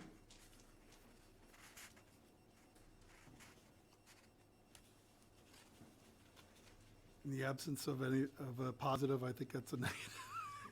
So there's no thoughts Sounds on like that? a continuance, so Paul can make that change. Do we want to the- continue this? So what I was gonna suggest is, in that sentence that I just read to the board about the residential rooftop installations, With a roof line. I would just like to insert the word, ridge line of the roof, instead of saying above the roof line, I'd like it to read above the ridge line of the roof. Yep. Cannot extend beyond. And with that, I would, if there's no further public comments or questions to the board, I'd recommend that the board go forward and close the public hearing and perhaps vote on all three amendments at the next meeting and vote them not as a package, but take care of those recommendations then. Or you could close the hearing and vote on that now. I'd entertain a motion to close the hearing and vote on this to recommend to the Board of Selectmen the second, the photovoltaic, So you want both? So I would No. first, just this one, to recommend this one. And because we've already agreed to continue the first one. right, but I think Paul said we could also Vote on vote this. at the next meeting to, True. so, I'd move that we vote to close the public hearing on the, zoning amendments for the accessory photovoltaic installations. Second. I have a motion and a second.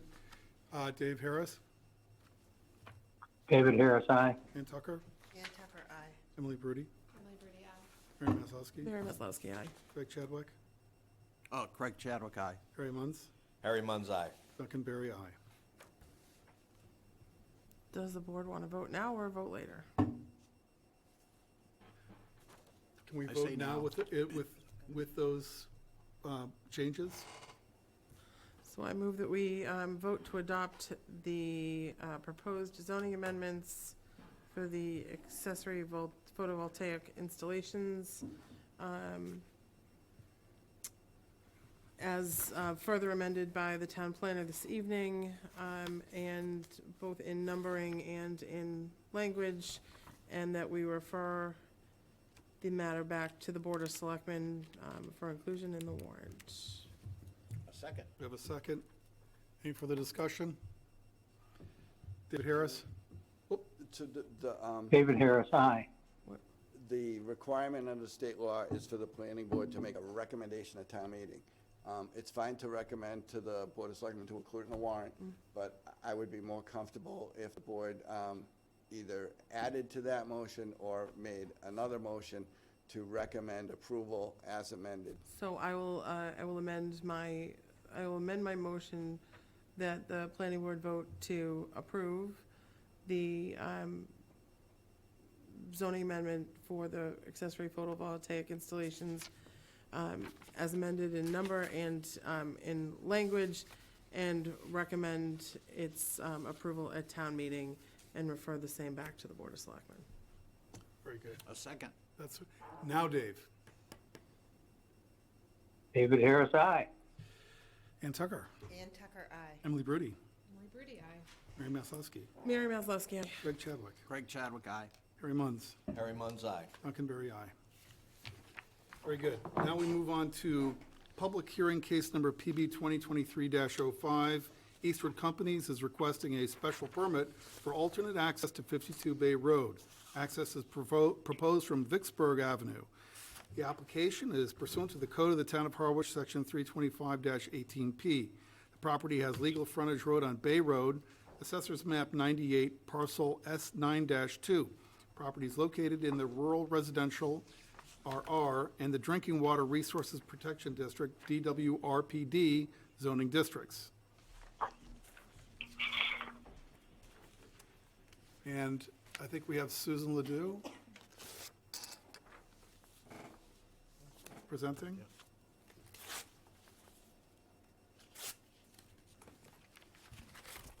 We need to unmute her. Yeah, so are you, There we go. still can't hear you.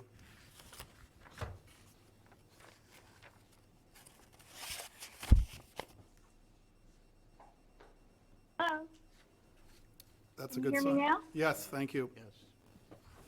Oh, great, great. Hi, this is Ledoux from Eastford Companies representing this application. And if you see before you, I submitted an application package which included proposed site plan, as well as the 2013 recorded division plan, the assessor's map of the property, and then also aerial and street views of the subject lot. And the property is located at 52 Bay Road, and it has the required minimum road frontage of 150 feet on Bay Road, and this serves as the legal frontage for the lot. This lot also has 100.34 feet of frontage on Vicksburg Avenue. The lot has 52,270 square feet in lot area, which meets the minimum required lot size in the RR zone, and this lot is also located in the Zone 2 area. This lot was created by the attached approval not required plan that was endorsed by the Planning Board and recorded in 2013.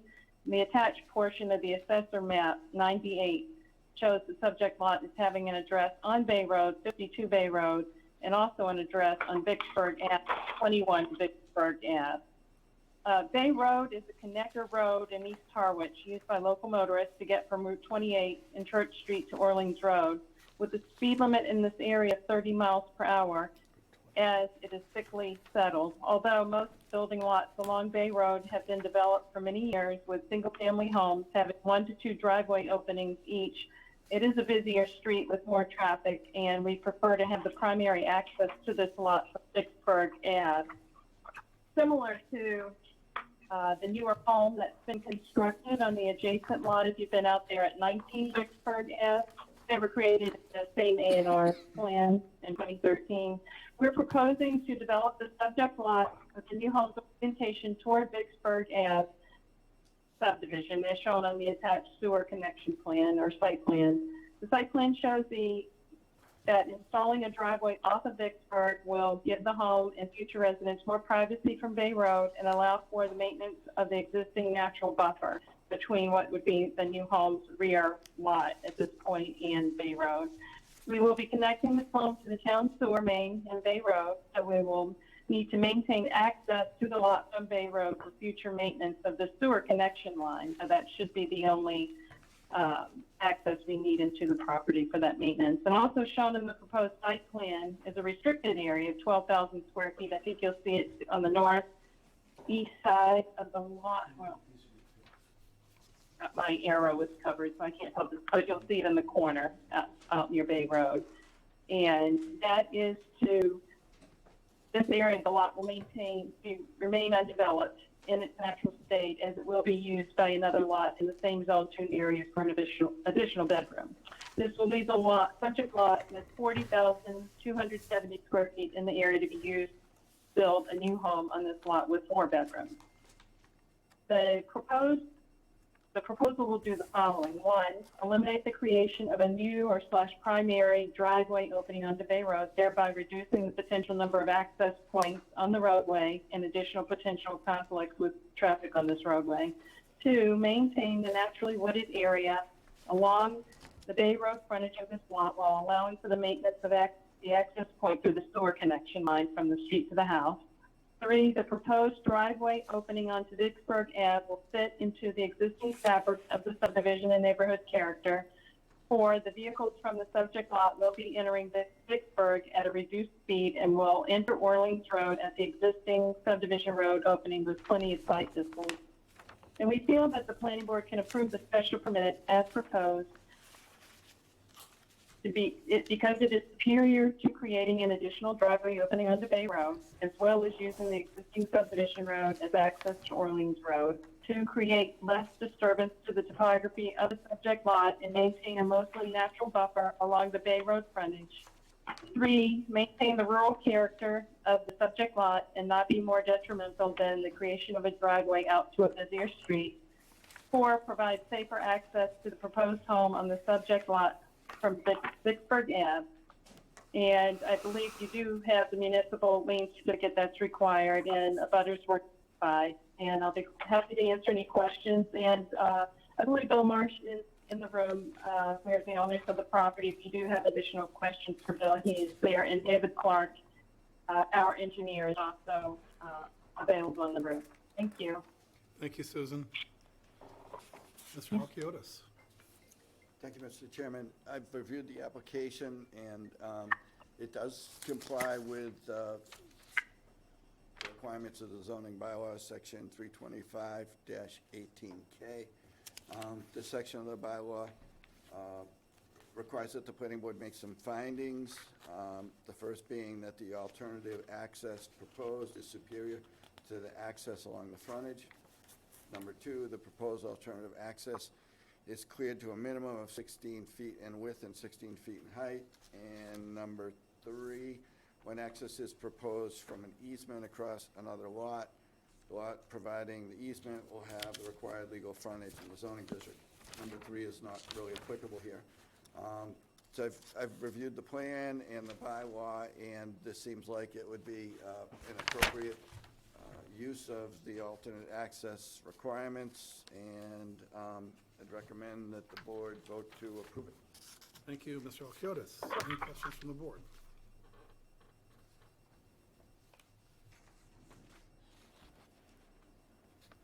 Not at this time. Very good. Okay, Harry. What's the status of Lot 1? This is just about Lot 2, is the way it looks. What's the status of Lot 1? Is there a dwelling on it, or is it, are they divided? I'd have to look at where you're looking at, because I don't understand the difference between Lot 1 and Lot 2. Well, on this plan, there's just Lot 2, and it's labeled here as Lot 2.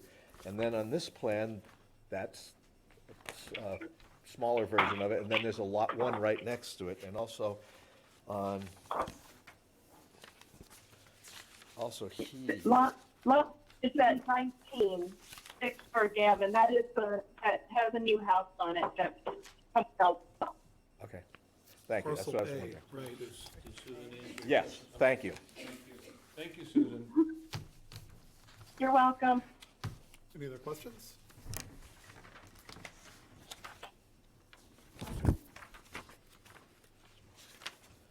Pretty straightforward. I think we need to, Ask the public.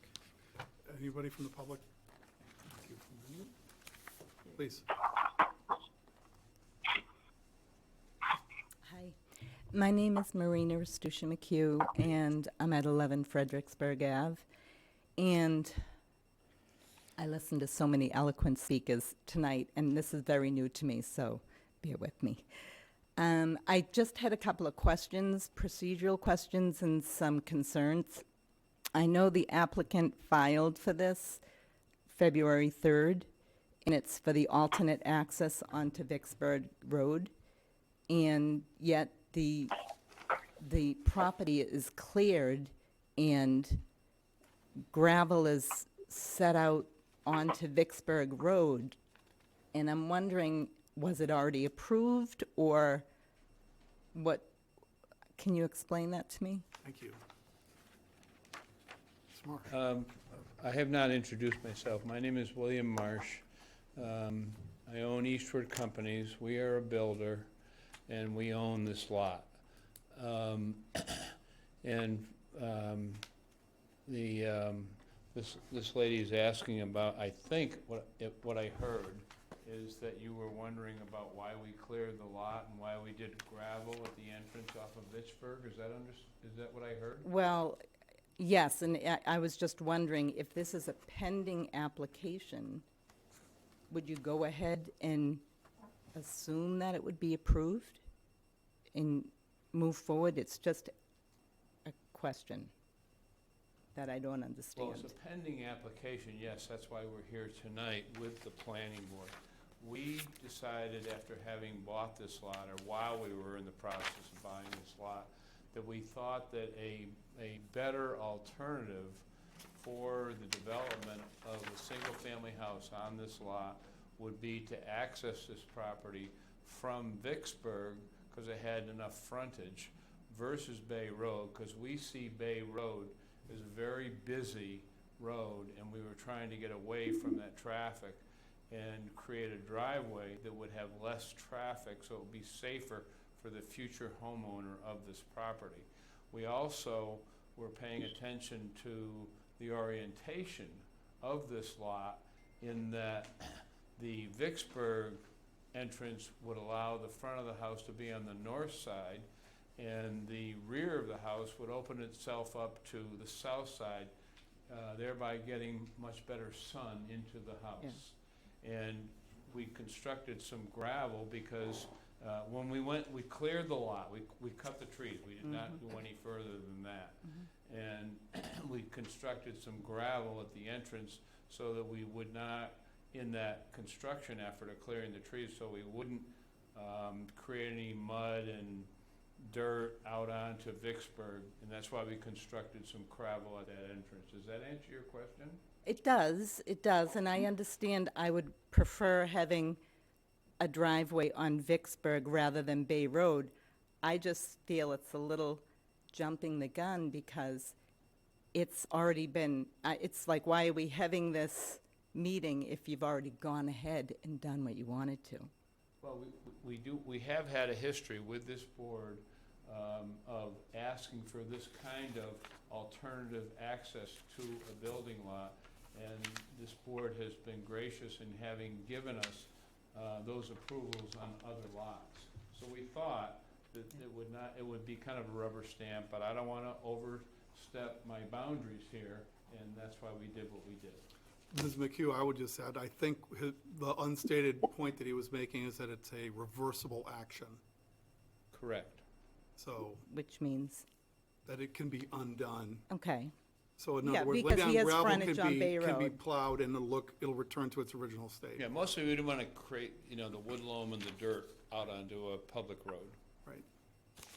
My Do you have other questions? Yeah, my Please. concern, I had gone to the building department because I was really concerned about drainage onto my property, because the topography of the land slopes down onto my property, and I'm wondering if there's any plan for making sure the drainage, now that everything's been cleared, what's going to prevent my property from being damaged from drainage from that property?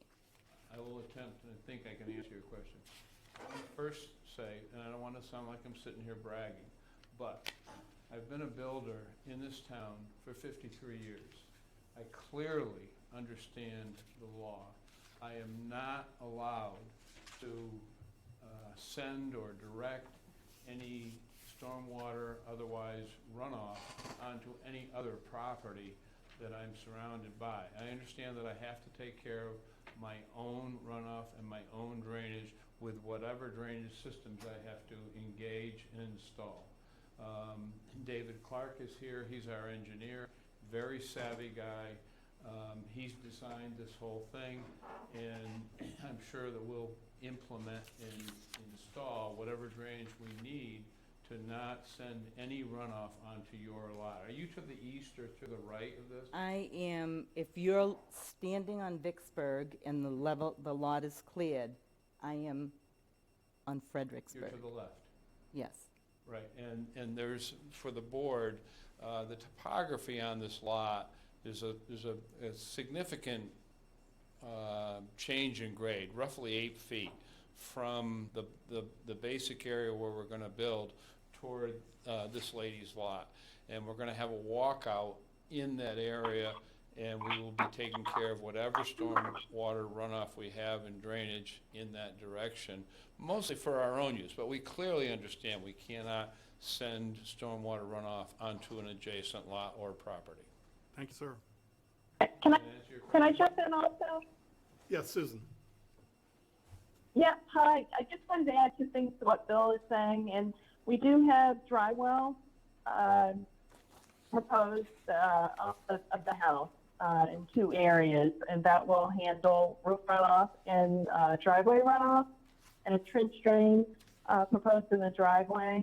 So we'll handle runoff that way. And then to add to what Bill was saying about the walkout level, we will be regrading the site, and it will be handled on site. So there will be somewhat of a vegetated buffer between our property and hers, which is what we typically do, because our future homeowners want just as much privacy as our neighbors do.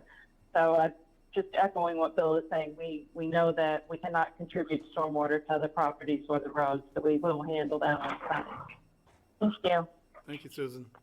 Ms. McHugh, did you have any other? I did. So the grading of the lot, I know you said 8 feet. It's a good, are you building up that lot? We're gonna build up from the existing grade, yes. So then there'll be like an 8-foot drop into my yard? Well, there's Because an right eight- now it gently slopes down into my yard, and I've got a picture if you want to look at it. Well, I mean, David Clark at Clark Engineering has done all the field work. I've looked at it very carefully, and there's an 8-foot change from basically the bulk of the lot, and then there's a swale that goes down as much as 8 feet toward your house or toward your property. And that's when we took advantage of that change in topography to create a walkout level in this house. But we will carefully take care of all of our drainage and stormwater runoff issues. And David's constructed, or is designed dry wells, and everything will be gutted with downspouts, and all the storm water runoff will go into that drainage system. Is that available to look at? Yes, it is. I don't, David, do we have that here tonight in the plans? I don't think, No, see, not we're that. here just for access, asking for access off of Vicksburg versus Bay Road, but I can certainly get you the plan. But the plan's all done, although it's not a subject of our application tonight. It's on the plans that the planning board has in front of them, showing our, I didn't see it. Oh, yeah. Yeah, I mean, it's all public information at this point. Ah, here it is. Proposed trench drain with 6x4 leach pit with about 4 square feet of stone, right? Is that what we're looking at? If you could put it down. Yeah, sorry. So I can see it. So we're coming off of Vicksburg, here's the driveway. This is the walkout over here that this lady is concerned, I think she's living, or has a house, or concerned about this area. And this is the walkout, see these 2 retaining walls here and Yep. here? The walkout is here, and I think, see, if you look at the topography, there's a Here's the change of drop. 8 feet from Yep. here to here. So I think that's what she's talking about. But basically, this is the proposed trench right in here, Right, so. and a leach pit. Right. Is it possible that I come and just take a quick look at that? Absolutely. Could, Mr. Marsh, do you want to hand this, or would you like to take a look? Yeah. It's right here. So assuming your property's here, That's the restricted area. and this is where this, see what it says here? Proposed trench drain with 6x4 leach pit and 4 feet of stone. So along the entire, I'm here actually, this is Right. Vicksburg, I'm here. It slopes down all along, that's my home here. Right. All along there, so there's another picture that shows water there. If it's only going to be just grass, I'm gonna probably have a problem with it. But if One- it- One thing is clear to me, now that we're looking at David Clark's plan, is your property has an elevation height of 68 feet. These are all field dimensions that David, as an engineer, has put together with his field crew. And the walkout elevation is lower by 2 feet, by 6 feet, by 66. So this area in here on our walkout is 2 feet lower, at least, probably more like 3 feet lower So you're gonna than your slope it- property. You're sloping it even more then. Away from Sloping in- yours. Away from yours into You're theirs. building it up. No. No, they're No, removing the building land, it down. removing the land. Yeah, we're going down from this So point. this berm that you have here is gonna be Yeah. gone, and you're gonna dig down further from that berm? The berm is gonna continue to exist, and we'll probably plant along here to give you privacy from us, and privacy from us to you. Oh, that's good, then the berm will remain, Correct. because it has caught a lot of water there. Right, and so then the that's- berm may be closer that's to good. the lot line, which I think is closer over here, as it's depicted here. Okay. That's reassuring, because even with the small amount of rain that we've had, there's Right. been a puddle. Well, I would say it's been quite a bit of rain that we've had in the last couple of months. that area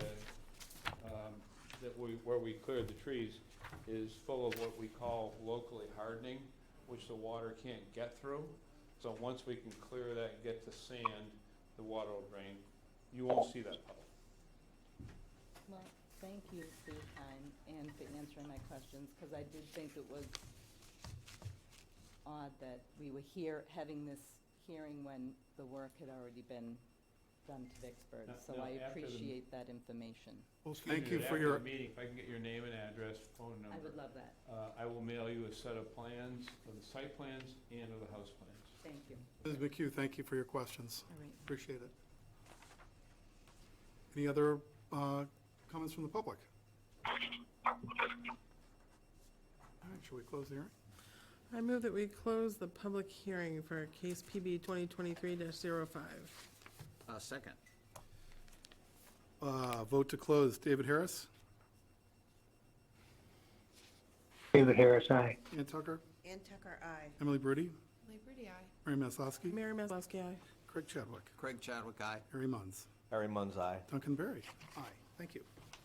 So I move that we adopt the following findings of fact. One, that the applicant is Eastwood Companies, the landowner is Eastwood Companies. The address, the location of the subject property is 52 Bay Road and 21 Vicksburg Road. It's located in the zoning district, residential, rural, and drinking water recharge protective district. The application before us is the special permit for alternate access. The lot area is 52,270 square feet. The project description, the property owners are looking to create an alternate access onto Vicksburg Avenue instead of along the lot's legal frontage on Bay Road. The applicable laws and regulations for alternate access special permit is pursuant to the Code of the Town of Harwich, Section 325-18.k. The application documents consist of Form A, a special permit application and narrative, quitclaim deed notarized for Book 35604, page 340, an approval not required plan of land at Bay Road in Harwich, Massachusetts by BSC Group, dated 6/27/13 and revised on 7/10/13, a sewer connection plan by Clark Engineering LLC, Outermost Land Survey, Inc., dated 1/30/23, a locus map, and some photos.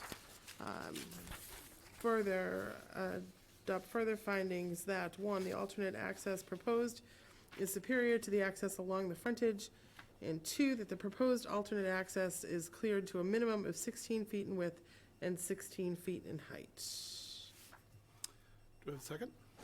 Second. David Harris, David Harris, aye. Ann Tucker, Ann Tucker, aye. Emily Brody, Lee Pretty, aye. Mary Maslowski, Mary Maslowski, aye. Craig Chadwick, Craig Chadwick, aye. Harry Munns, Harry Munns, aye. Duncan Berry. Aye. And I further move that we approve the special permit for alternate access with the following conditions. One, that the applicant be required, as a condition of the special permit, to file a final revised plan that includes a note stating that the property frontage on Bay Road shall have a 10-foot wide natural buffer, excepting the area where the proposed sewer line will cross the frontage. And two, that the special permit be recorded at the Barnstable County Registry of Deeds. Do we have a second? We have a second from Mr. Chadwick. I have a question. Yes. Was that a second or a question? Let's have a What should second. I do Just- first? Second let's have a Just or- second for discussion. Right. Second for discussion. We have a motion and a second discussion. Thank you. Mr. Chadwick? I'd like to request that we ask the applicant to increase the natural buffer from 10 feet to 20 feet, if that's possible. I think we did the same thing when we granted an alternate access to, I forget the lot number, on Bascom Hollow. Bascom Hollow. Right. We increased the natural buffer on Orleans Road from 10 to 20 or 25, something like that. I just wondered if there's space, it looks like there is, to increase that from 10 feet to 20 feet. We would have no problem whatsoever with doing that. I'd like to mention, for the record, that the sewer line that's on Bay Road is where we're gonna connect to sewer, so we do not have to install a standard septic system. So we will need to cut through that buffer area, so-called, maybe 10 feet wide, to construct that sewer line. Other than that, and we'll be happy to replant that area, but we're happy to agree to that. Thank you. Terrific. So I would amend my motion that there be in place of the 10-foot wide natural buffer, a 20-foot wide natural buffer. So amended. It's for the purposes of our vote. So we have a motion. He needs to second them. So, Second. so we have a vote, right, a motion to amend, second to that motion. I'll go ahead with the vote. Dave Harris. David Harris, aye. Ann Tucker. Ann Tucker, aye. Emily Brady. Mary Maslowski. Mary Maslowski, aye. Craig Chadwick. Craig Chadwick, aye. Harry Munns. Harry Munns, aye. Duncan Berry, aye. Very good. Thank you. Thank you, Susan. Thank you, Susan. So we have coming up next the item 5 on the agenda, which is public hearing case number PB 2023-06, Eastwood Companies has applied for a modification to an approved definitive subdivision plan known as Dorset Drive, Assessors Map 98, parcels B1-1, B1-2, and B1-3. Proposed modification would reconfigure Lot 2 with compliant frontage and create one panhandle lot, reducing the length of the road and conveying one lot to an abutter. The application is pursuant to the Code of the Town of Harwich, Section 400-11C. The properties are located in the Rural Residential RR and Drinking Water Resources Protection District, DWRPD zoning districts. Mr. Halkiotis.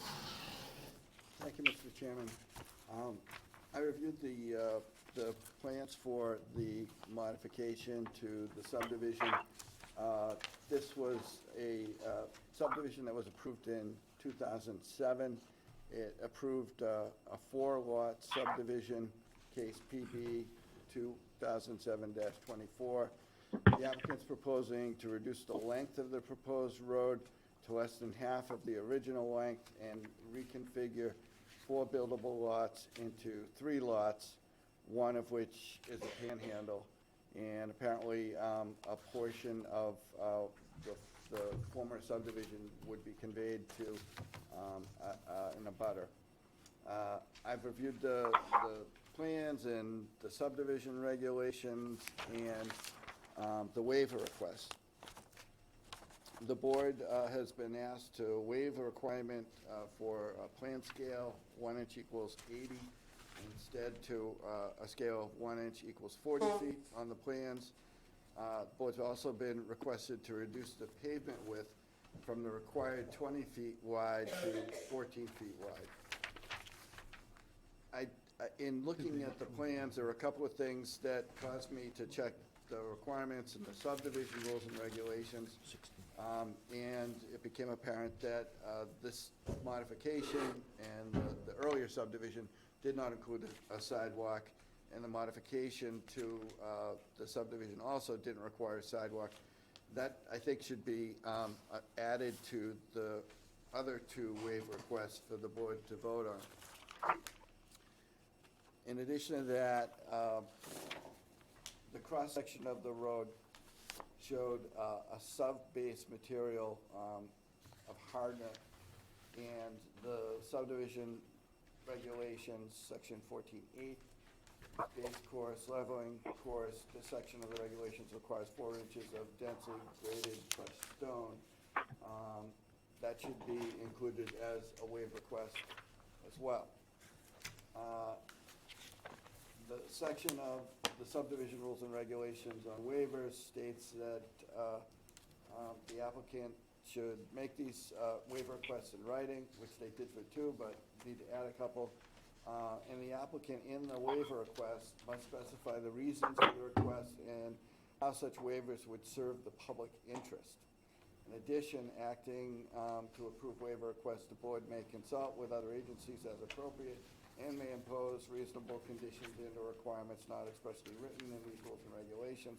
provided such conditions or requirements represent a reasonable consideration of the waiver request, that it serve the public interest and are not unduly burdensome to the applicant. So that's the waiver request. And moving forward to stormwater. Apparently, when the application package came in, we didn't receive the stormwater calculations. I forwarded what we did receive to VHB, the board's consulting engineer, and they responded back that they didn't get the drainage calculations, and they needed that to go forward with completing their review of the stormwater management system. I go on to talk about the roadway width request. The roadway, proposed roadway is 14 feet wide. That's wide enough for one car, but not wide enough for two cars to pass each other. The road will provide access for 3 homes, so there's a possibility that 2 cars could encounter one another simultaneously, which would require someone to back up to get out of the way, something which is not unusual on the Cape or the islands. So the board needs to think about that in the waiver request. The board also, there's an existing policy on roadways that I guess was agreed upon between the planning board and public safety. And this is where the requirement for the 14 by 14, 16 by 16 window was required. That policy goes on to say that that it applies to smaller subdivisions of less than 3 homes. So the board should review that policy again in considering the request to waive down the roadway width. And I guess I'll stop and say that generally I like to see pavement reduced. It reduces the amount of impervious surfaces, and that requires less stormwater management, and it's better for the environment. But this is one of those gray areas that the board has to deal with where it's not black and white, and you might want to ask yourself the very practical question of just how far do you feel comfortable backing up in case you encounter a vehicle coming from the other direction. The panhandle lot as proposed does comply with all the requirements of the zoning bylaw, so there's no issues with that. On the detail sheet of the set of subdivision plan modification, there's a roadway cross-section that says Town Road, temporary paving details. To be clear, this is going to be a private road, and I would suggest that might cause some confusion to someone. It's not a town road, it's a private road. So I've asked to have that removed. Asking what's proposed for the center of the cul-de-sac. I think I saw some stormwater, something was going in there, but for the rest of the donut hole, the cul-de-sac, I'd like to see some detail, some landscaping would be nice. And the project narrative explains that parcel A will not be built on and will be conveyed to an abutter. A note should be added to the plan that states that parcel A is not a buildable lot. That's the sum of my comments.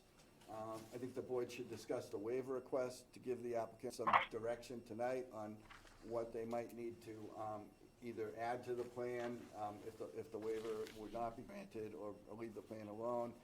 And because we can't complete the review of the stormwater system, the board will, I think, need to continue the public hearing. Correct. Great. Thank you, Paul. Mr. Marsh? Good evening, David Clark, Clark Engineering, on behalf of Eastwood Companies, who is the under a purchase and sales agreement to buy the 2 current lots that are on Dorset Drive.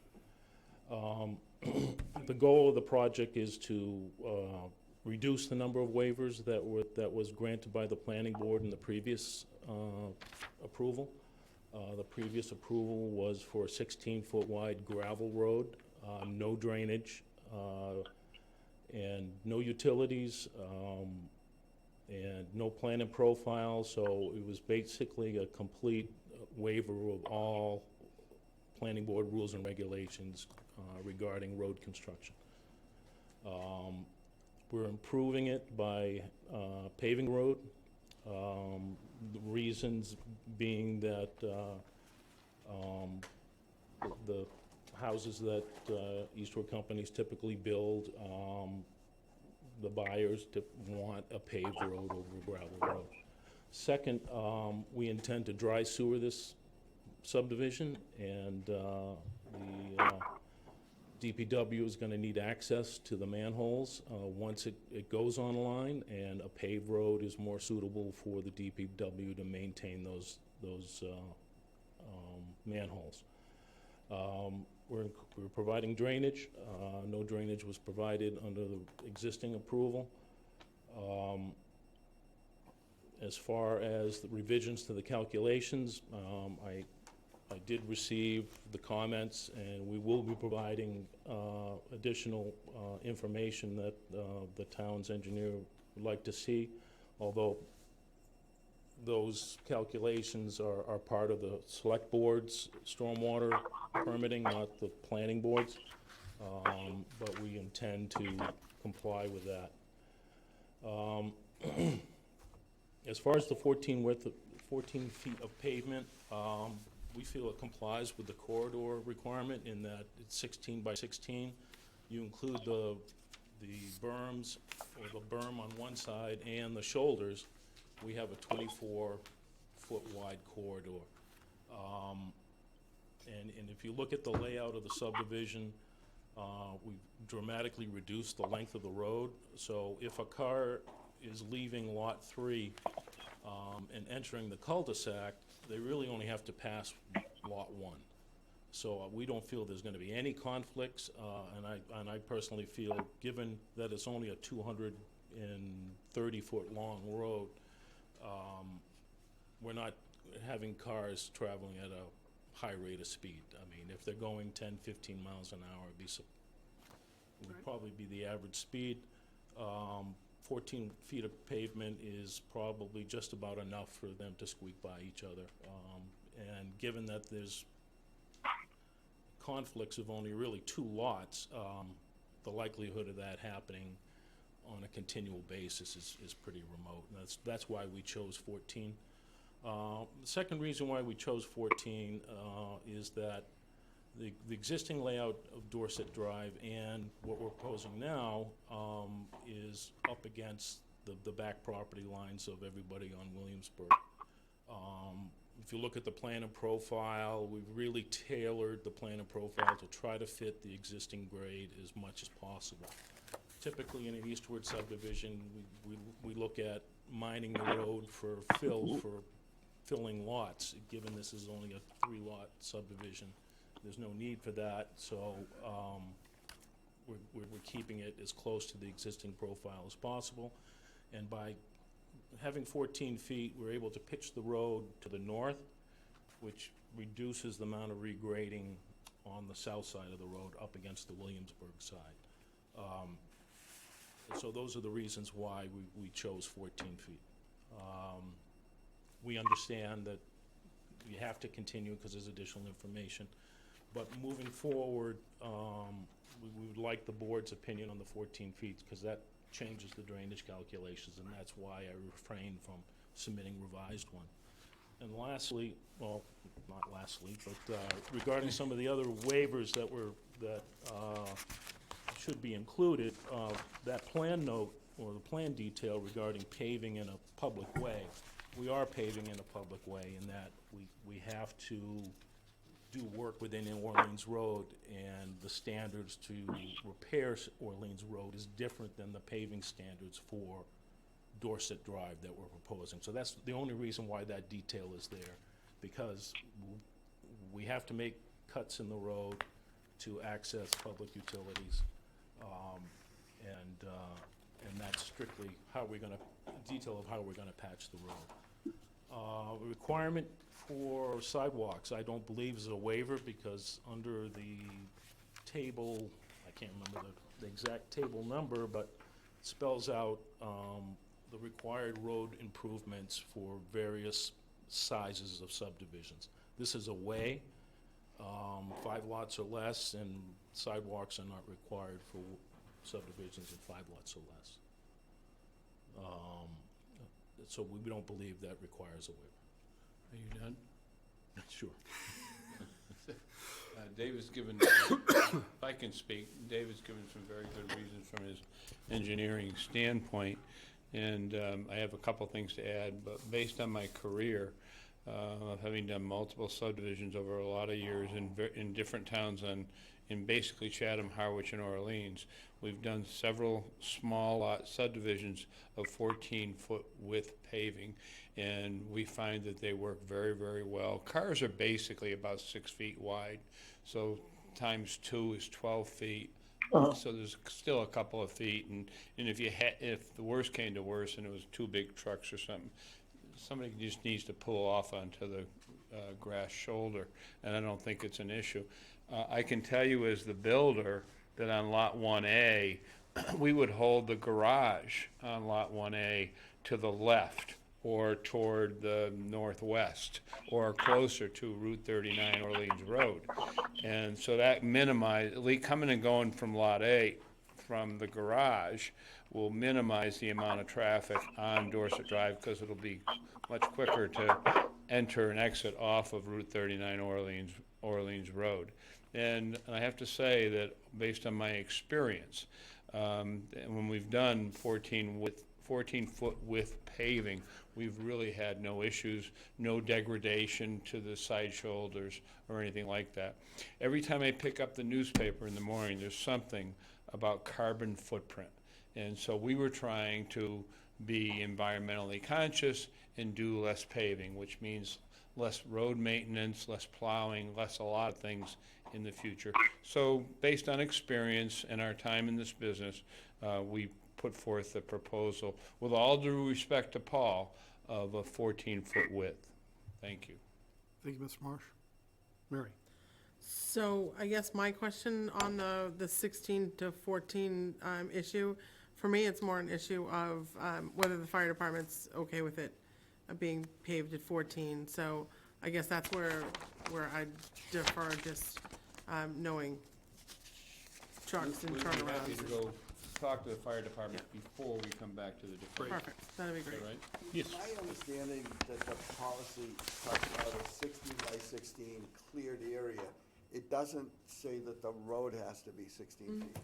So it's just to make sure that public safety equipment can come and go without getting damaged by brush and stuff.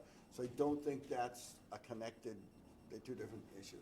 Okay, because that was really just my issue. If we're talking, 2 cars can pass them, on a 3-lot road, essentially a 2-lot road, probably less concerned about a car having to pull over than a fire truck being able to get down in the matter of an emergency or an ambulance, that kind of We're thing. happy to talk to the fire department. That'd be great. We're also happy to agree to the previous width, although it was gravel Yep. and not paving. We just find that our buyers today, in today's market, want a finished, able to be serviced road with plowing, et cetera. And if the board decides they want 16 feet, not an issue, but, we know that 14 feet works. Okay. Just like to point out one more detail on the roadway cross-section. It is a typo, I show hardening, and we were proposing processed gravel or reclaimed asphalt, which is what the bylaw or the rules and regulations allow. But on the roadway cross-section above that detail, we're extending the processed gravel, which is 8 inches in depth, to include the 4-foot shoulders, to give extra strength to the shoulders, and anticipating that the fire department would want more than a 14-foot hardened surface. So we took that into account in the design. And then I would like to address Paul's other concern. Paul and I have not met, and I know he's kind of relatively new here. Literally every subdivision that we have done in many, many years, I've always been an advocate of not completely paving the cul-de-sac. We've always done what we're showing here with a planted landscape, attractively done cul-de-sac with landscaping. And I don't know if Paul's been by any of our properties. But we always do them very nicely to enhance the value of the lots, and that's what we intend to do here also. Thank you. Greg? Mr. Chairman, thank you. Following up on Mary's question about the fire department and public safety, is the fact that the road width you're requesting to be 14 feet, that would be the same width of the cul-de-sac? And then my concern there would be, and this would be for the fire department, I don't know the length of the new fire truck, but the narrower you make the ability to make that cul-de-sac with a large, long vehicle, you may not be able to. And then I also think about, UPS delivery trucks and FedEx delivery trucks. So far, we've talked about 2 cars passing each other, which I would agree with you that you could probably, squeeze to the side. I would not want to encourage anybody to try to back out onto Route 39. But my concern is more with the width of 14 feet, and does it continue into the cul-de-sac, and would that be an issue for the fire department? In other words, the radius. We're happy to talk to the fire department, Craig, about this.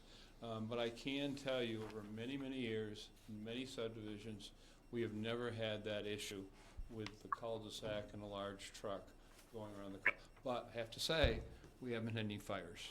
And you haven't had a new fire truck that may be 3 feet, 6 feet longer than what you're But used to. I don't my know. experience is, a fire truck, when they get there, they go where they want to go. Right, that's true. To an extent. Jerry? There's probably an obvious answer to this. Whose development is Lily Lane? Is what? Lily Lane? That's I- in the butter. I have no idea. Okay, all right. I was gonna say, if it was yours, all your problems would be pretty much solved. Yes, it's not our subdivision. Okay. Although we're giving, there've been some requests apparently through David or through the sewer department, and we have created at the request of somebody, an easement to get from Lily Lane onto our property, into the sewer line that potentially gets to Orleans Road. And I don't know how much the planning board knows about this, but this has been going on for years. When we did Bascom Hollow, we were assured that we would be able to connect to the pipe on 39, and there's no pipe there yet. But we understand, things take time. So regarding Lily Lane, we did have a correspondence from Dan Pelletier, and he asked if we could, since we're dry sewering Dorset, could we provide an easement to get to really the one lot that's on Lily Lane? And that would save the town a lot of pain and suffering of bringing in a sewer line just for that one lot. So the revised plans that you will see, the next meeting will show an easement, a sewer easement to get to that lot. Great. Thank you. Thank you. Dave, do you have any questions? Nope. Any other questions from the board? So it looks like we're gonna have to continue this. Oh, did I miss somebody? Just Yeah. a couple of requests. So, could you provide us with the landscape plan for the center of the cul-de-sac, so we know what's gonna happen there? And, the detail that says Town Road, could you make a change there that says intersection with Orleans Road, or, Or repair, or, yeah, Town because Road repair. it just looks yeah, I understand, yeah. like, And we will get you a landscape plan for the cul-de-sac. all right, thanks. Terrific. So just a question, what's the length of time that would you need? Would 2 weeks be enough, or is a month better when you're still doing your stormwater drainage and all of that stuff? 2 weeks would be enough for me, but I don't think it will be enough for VHB, so, Okay, so, so what's our meeting after the 28th? 14, 11th. Mary, So- thank you for putting David on the spot. Would April 11th work for you folks for a continued hearing? yeah. Then I would move that we vote to continue the public hearing on, Can we get some number are we, direction on the PB 2023-06 to April 11th, no earlier than 6:30 PM. Second. Thank you. David I has a I question. would like some direction on the 14 feet of pavement, because that changes all my drainage calculations. So I guess from my perspective, if the fire department's okay with it, I think I'd be okay with it paved at 14 feet. I don't know about my colleagues. Same way. I think it's Yeah, I would agree. reasonable. If the fire department's good with it, if they can get the ladder truck around, then the UPS truck can get around, no problem, so. I'd prefer the 16, but if everybody's got. I'd actually prefer the 14 because I think it creates a safer environment when people are going to drive slower and more kind of intentionally. You have fewer accidents, so paradoxically. As long as they don't back up. Right, as long as you're not going in reverse at 40 miles an hour. Right. Very good. So we had a motion and a second. We'll continue with the vote. David Harris. Vote to continue. David Harris, aye. Ann Tucker. Ann Tucker, aye. Emily Brody. Emily Brody, aye. Mary Maslowski. Mayor Maslowski, aye. Greg Chadwick. Greg Chadwick, aye. Harry Muntz. Harry Munn's aye. Duncan Berry, aye. 11. See you guys in 11th. Thank you very much. Thank you, folks, very, very much, and enjoy the rest of your evening. You too as well. Evening left. Right, we're enjoying it immensely.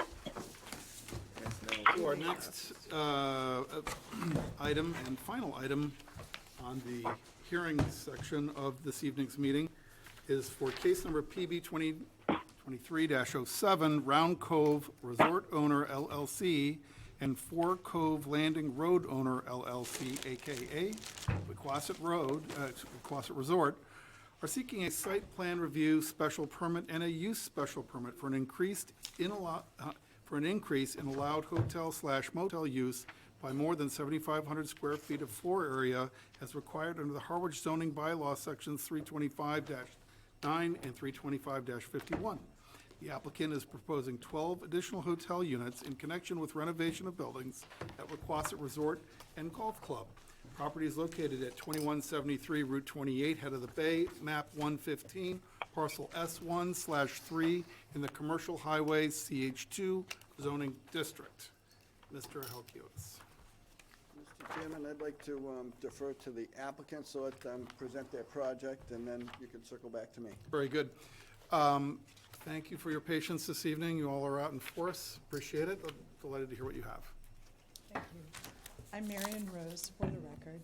I'm an attorney at Singer & Singer and Dennis Fort, and we're here on behalf of Round Cove.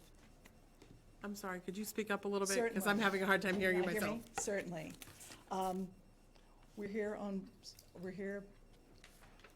in support of Round Cove Resorts LLC, Owners LLC's application before this board. With me, is my volume good now? Can you all hear? If you can speak louder, that'd be Certainly, better. absolutely. With me are Albert and Brooke Core from Studio Core Architects, right here, and John Bologna from Coastal Engineering, Dave Hawk from Hawk Design, and Alton Chung, who's the manager of the resort. Albert and Brooke, John and Dave will be part of this presentation, and Alton is here in case there are any questions later, along with the rest of us. We thought that having slides in front of you might be helpful here. And hopefully you all picked up your slide packet that was available on Thursday. If anybody is missing one, I've got extras here and would be happy to hand one over. I can hand one to you. Certainly. Sure.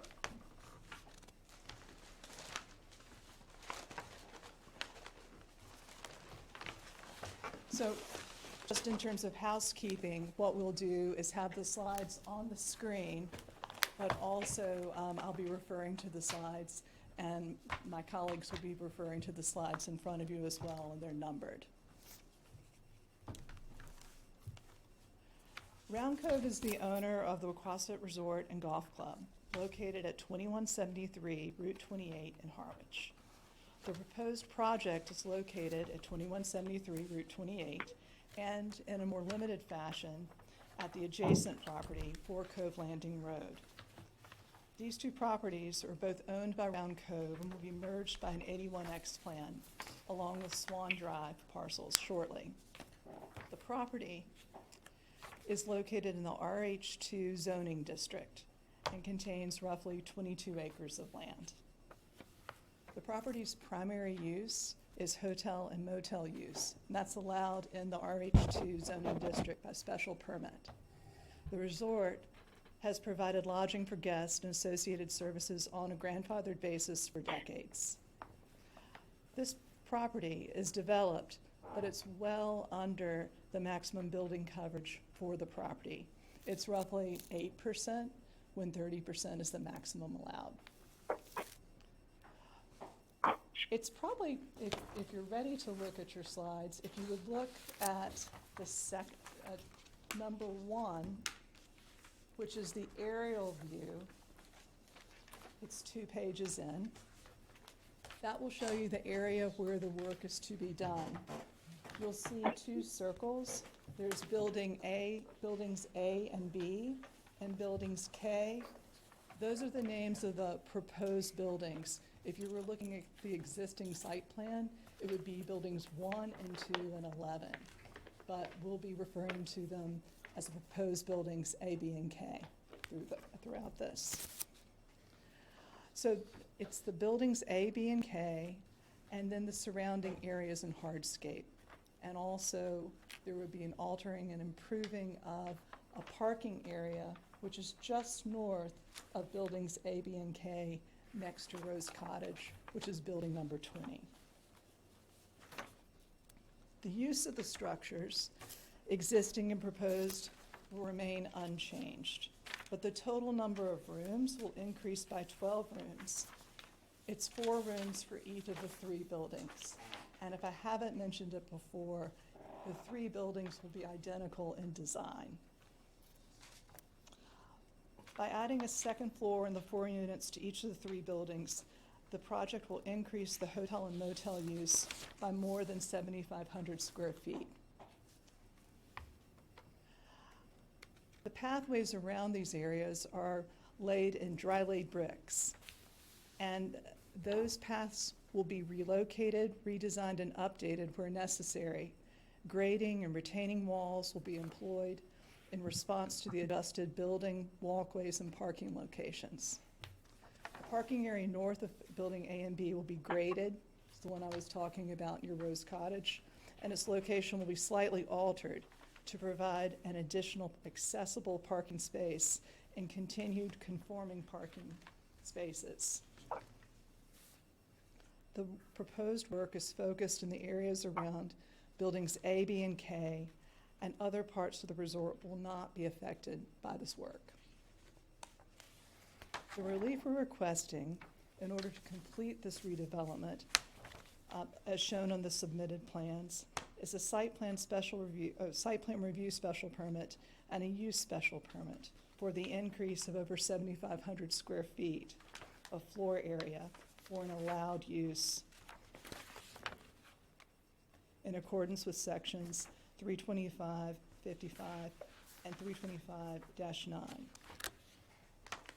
Separate relief is being requested from the Harwich Board of Appeals in connection with altering a grandfathered hotel and motel use, which is allowable by special permit, and to increase the pre-existing non-conforming amenities coverage. In terms of the review that's already happened as part of the town review, this project, as proposed, has gone through Conservation Commission review. It was approved in one night, and we have the order of conditions for this project just recently.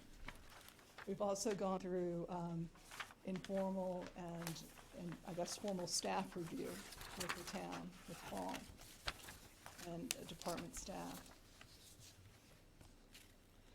Paul has, and actually I will let you'll go over this, Paul, as I think at the end, but we've, under the understanding that Paul's recommended that this application be approved based on the plans presented and the fact that we've met the 3 conditions for the special permit. That's all very well and good, but we know that you want to hear how we meet those standards. And so that's what I'd like to go through now. In order to grant a site plan review special permit, the planning board considers if the proposal meets the requirements of the zoning bylaw, and it looks at matters such as screening, vehicular and pedestrian traffic, and drainage. And in order to grant the use special permit, the planning board must find that the use as developed will not adversely affect a neighborhood. The specific site is appropriate for an appropriate location for such a use, structure, or condition. That there will be no nuisance or serious hazard to vehicles or pedestrians, and that adequate and appropriate facilities will be provided for the proper operation of the proposed use. The applicant respectfully submits the proposed redevelopment satisfies the requirements of the zoning bylaw, will not adversely affect the neighborhood, nor cause a nuisance or hazard, and meets the other above referenced standards, and will be a benefit to the neighborhood for the following reasons. The resort's hotel and motel use is a long-standing use of the property and will continue with no change in its scope or function, and with a minimal 12 additional units increase in size. The motel and hotel use and accessory uses to those are authorized in the RH2 zoning district by special permit. The proposed replacement structures are conforming as to building coverage, site coverage, height, and building separation requirements. Specifically, the building coverage on the property will remain at 8.1%, where 30% is allowed. The site coverage on the property will be conforming at 32.1%, where 35% is allowed. Building height on the proposed construction will be conforming. 30 feet is the maximum allowed, 29.4 feet is proposed. There's non-conforming amenities coverage, but it'll be increased by less than 50%, and will go before the Zoning Board of Appeals to deal with that matter.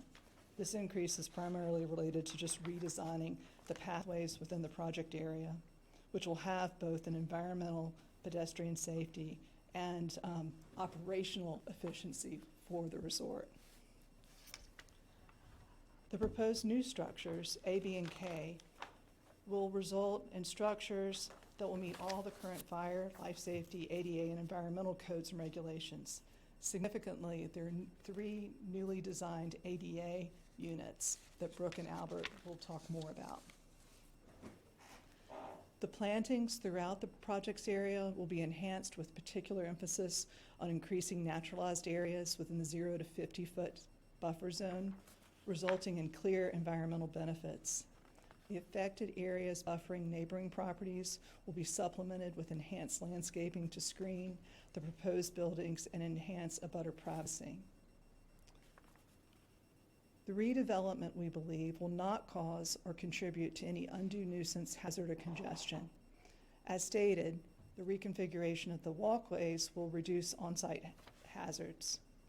The project will be well screened from neighbors and no closer than other existing resort lodgings to the closest neighbor. For example, the Rose Cottage, which is the closest to the closest neighbor, the abutting neighbor, number 20, is roughly 41 feet from that neighbor. Building A will be, as proposed, about 65 feet more or less from the same abutter, and Building B will be roughly 54 feet from the abutter. We believe that the redevelopment will not affect the flow of traffic on or off the resort. There'll be no meaningful change in the operations of the resort as a result of the additional 12 guest units.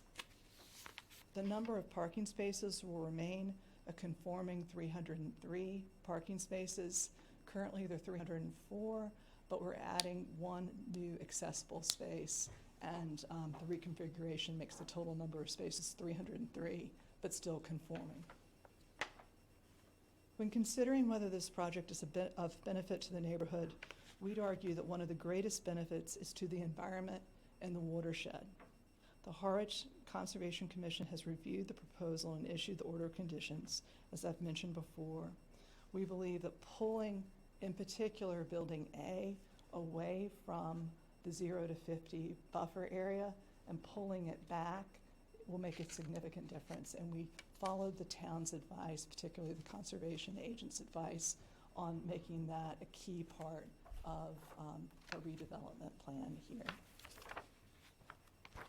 There will be no negative impacts on the town's water supply or site drainage and no harm to groundwater. Runoff is anticipated to be in the form of roof drainage, and such drainage will be collected and treated on site. The proposed redevelopment project includes stormwater management best management practices to manage and recharge and infiltrate stormwater runoff. All of the redevelopment will be connected to existing on-site wastewater treatment facility. This facility is governed by a groundwater discharge permit issued by the Massachusetts Department of Environmental Protection. The site will continue to be served by required utilities and necessary public services. There'll be no undue or unreasonable noise, litter, odor, or lighting spreading off-site, or other sources of potential nuisance or inconvenience to adjoining properties, public ways, or neighbors are anticipated, and the proposal will not adversely affect the neighborhood or public good. The redevelopment will resort, we believe, in an attractive and complementary component to the property, will be a benefit to the community. At this time, it's probably going to be helpful, even though it's a late hour. We'd appreciate your patience. We're going to have Brooke and Albert talk, then John, then Dave. They'll go into a bit more detail about the various parts of this project. I'll pass it to Brooke and Albert now. At the end, I'll do a quick summary and would be totally available for any questions that you or the public may have. Thank you, Ms. Thank Rose. you.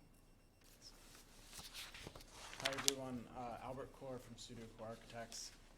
So starting with the aerial view on the screen, as Marianne had mentioned, these are the three highlighted existing cottages on site where we're proposing our development. So each of these cottages, each house four existing hotel rooms.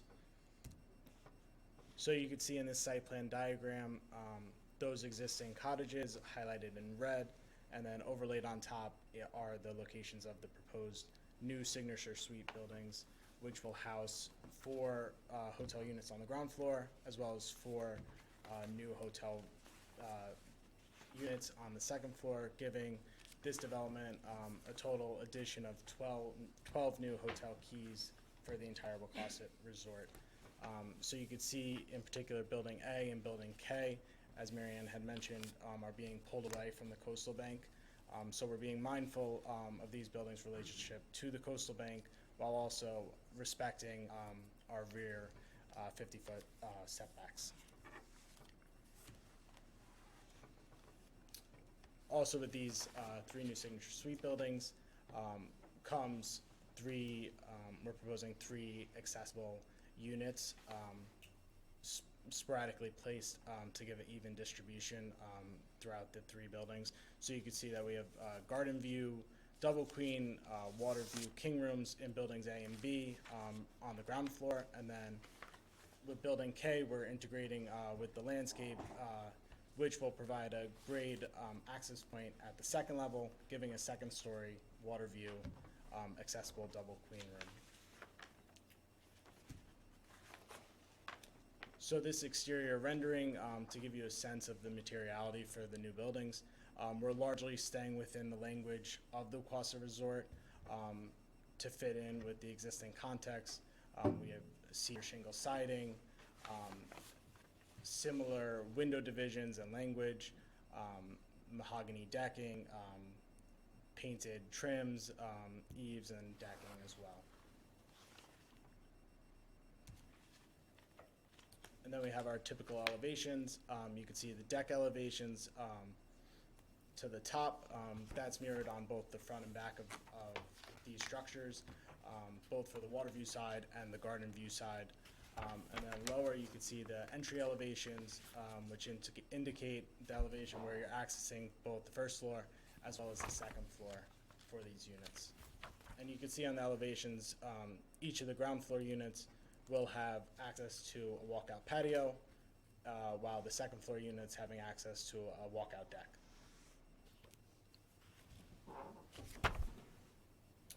So these are presentation floor plans to give you a sense of the unit locations. You can see on the first floor how we're accessing these ground floor units, and the 4 units displayed on the first floor. Each will have, as I said, a patio access way. And then moving up towards the second floor plan, you can see that the floor plan is largely mirrored up to the second level with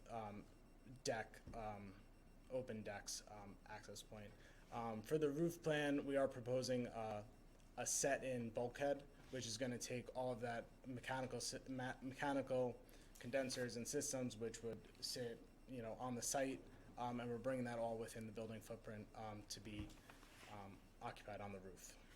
So that's for the architectural review, and then we could pass it over to Dave Hawk to talk Actually, further. John will come next. John, sure. Either way, save the best for last.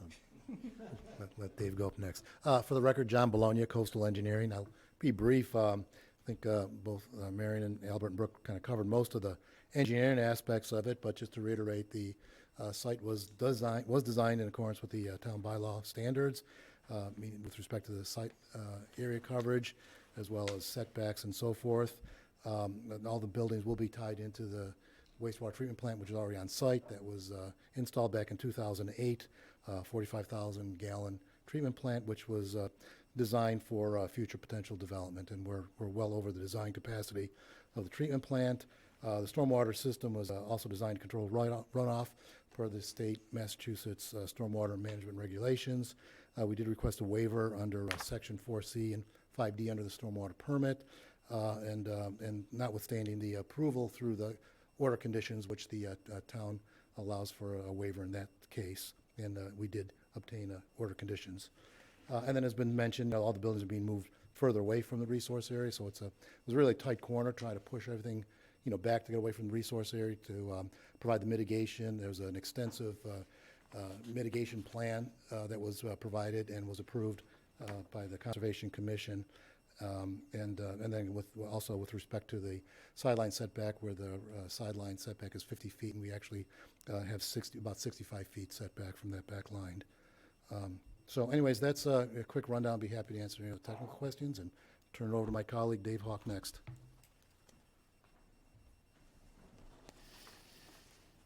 Thank you, John. For the record, Dave Hawk, Hawk Design.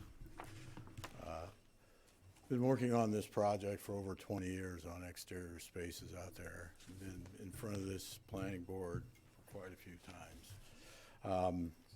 And basically, what we're looking to do is just a follow-through. We've got the meandering brick walkways that Marion had spoken of. We've got the stone walls. All the materials are going to stay the same that's out there. We want to make sure that we continue the past successes that have already been established there. So it's really just a follow-through with landscape, meandering walkways, fieldstone walls. We have one stone wall that runs along building A and B that's 4 feet high, and then a planted slope, and then a buffer for the neighboring property. As far as the parking area goes, I should say this also. Every walkway that we've come in to work with is accessible now.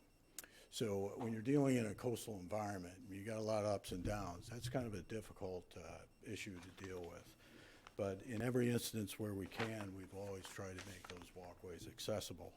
And that led us to reworking at A and B the parking area there to make that graded, so that would also work for the accessible parking spaces for the enjoyment of all the people who come to use the inn. As far as the courtyards go, they're the same courtyard. You can see in the details there in the rears, there's spas and fire pits surrounded with a privacy fence for privacy. In the view side, the water side, we've got the fire pits. They're all bluestone patios as were before. The landscaping, we've done a lot of landscaping there, and we're not slowing down yet, so we're going to follow through with that landscape. I won't get into individual varieties, but we've got quite a variety, and we continue to follow that through. Building K was a challenge because it was down in a hole, but yet up on a hill. So what we did is we actually raised the foundation in working with the architects there, because we had some big trees up there that we knew the commission would want us to keep. So we raised that foundation on the side, and what that did, that gave us accessibility down below on the first level and also up top, so connecting to all those walkways and maintaining that. Lighting stays the same. They're the small bollards that are out there, and I think we had 1 or 2 post lights that happened. They're only 6 feet tall, so the same vocabulary there. Fencing's the same, and for the most part, it's just a follow-through. So I'll keep mine short and simple too, and pass it back to Marion. Thank you so much. Thank you, Mr. Hawk. So, in summary, what I'd like to emphasize is that this project is conforming as to site plan review and zoning dimensional requirements. The use proposed is that same grandfathered use enjoyed by the resort and allowed in this district by special permit. The project has been reviewed and approved by the Conservation Commission. It's also undergone significant and helpful Harwich staff review and secured a memo in support of the project from the town planner to this board. For all of the above reasons, the applicant respectfully requests that the board make findings as set forth in sections 325, 9, 325.51, and 325.55 of the zoning bylaw and grant a site plan review special permit and a use special permit, allowing the redevelopment to be completed as shown in the submitted plans. Thank you all. Thank you, Ms. Rose. Paul? Thank you, Mr. Chairman. I've reviewed the site plans and the landscape plans, mitigation plans, and the ecological restoration plans that were intended to mitigate the impacts of the project.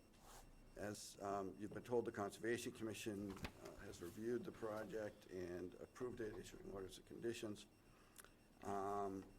I've reviewed the plans and found them to be well-designed and compliant with the requirements of the zoning bylaw, with the exception of the nonconformities that the Zoning Board of Appeals will address through a special permit. Based on that, I think it's a good project and recommend that the board approve it. Thank you, Paul. Anybody on the board care to weigh in here? Mary? So I have some questions. If I'm looking at the aerial view, so with buildings A and B, are any abutters shown on the aerial view? Or are those all buildings that belong to the resort? It's probably, I think the yard of Two Cove, or the rear air property of Two Cove. So I'm specifically looking at, I see some roofs to, what would be just to the left of building, the circle with buildings A and B. Oh, that's Four Cove Landing, and that is part of, that would be merged with 2173 through 28. Okay. Those are both owned by Round Cove. Okay. So there was a property line there, an interior property line that's going to be removed. Okay, but they're owned by the owners of. Correct. Of the, correct. and then what about with building K? Is there an abutter in the? No, there are no abutters in Building K, that's all part of. That's all part of the resort. That was my Correct. question. I was trying to see where the closest buildings were. Is that the main inn up the upper right-hand corner of that over? Okay, great. Yes, and so if you're looking at buildings A and B, you can see the parking area, it's the white shell. That's the parking area we're talking about. And let's say at 11 o'clock on that circle, that's Rose Cottage. And so that's, when I was referring to an abutter, it's Two Cove Landing. It's almost off the page in the aerial view, but you can see where Two Cove Landing is, I think, in another site plan. But Mr. Riley, I think, is here on behalf of Two Cove Landing. Okay. So that's why I'm emphasizing But that. you're telling me the buildings to the left. to the immediate left, down below, closer to the water, are owned by the resort. Yes, but Two Cove Landing is not. Correct. I understand that. And then I guess I had questions. you, in your comments on the engineering of the new buildings, that you were putting some of the mechanicals on the roof. What are you doing for soundproofing of those mechanicals, being that those buildings are going to be higher up and those mechanicals are going to be up in the air? I would tend to think that the noise is going to travel a little bit further than they would if they were on the ground. Sure. So for that bulkhead, it will be built up on the side with a 6-foot bulkhead. So the only thing open would be the top portion, but they will be surrounded on all 4 sides. Okay. By a 6-foot roofed-in buffer. That's all I had for now. Great, and that's revealed on page 7, the roof plan, that kind of squared out? Yes. Okay, great. Other questions from the board? Question? Harry? Oh, sorry. Oh, go ahead, Harry. No, ladies first. Yes. Chivalry. Just in general, is this the beginning of a refurbishment of all of Wauquasit, or is this, can you answer to that question? I know of no other projects that have begun. I'm not trying to be tricky here. It's just, Okay. this is the only project that we're working on. That you're aware of? Correct. Okay. That is absolutely correct. How many ADA rooms exist at Wauquasit now? I think I'll pass that to you.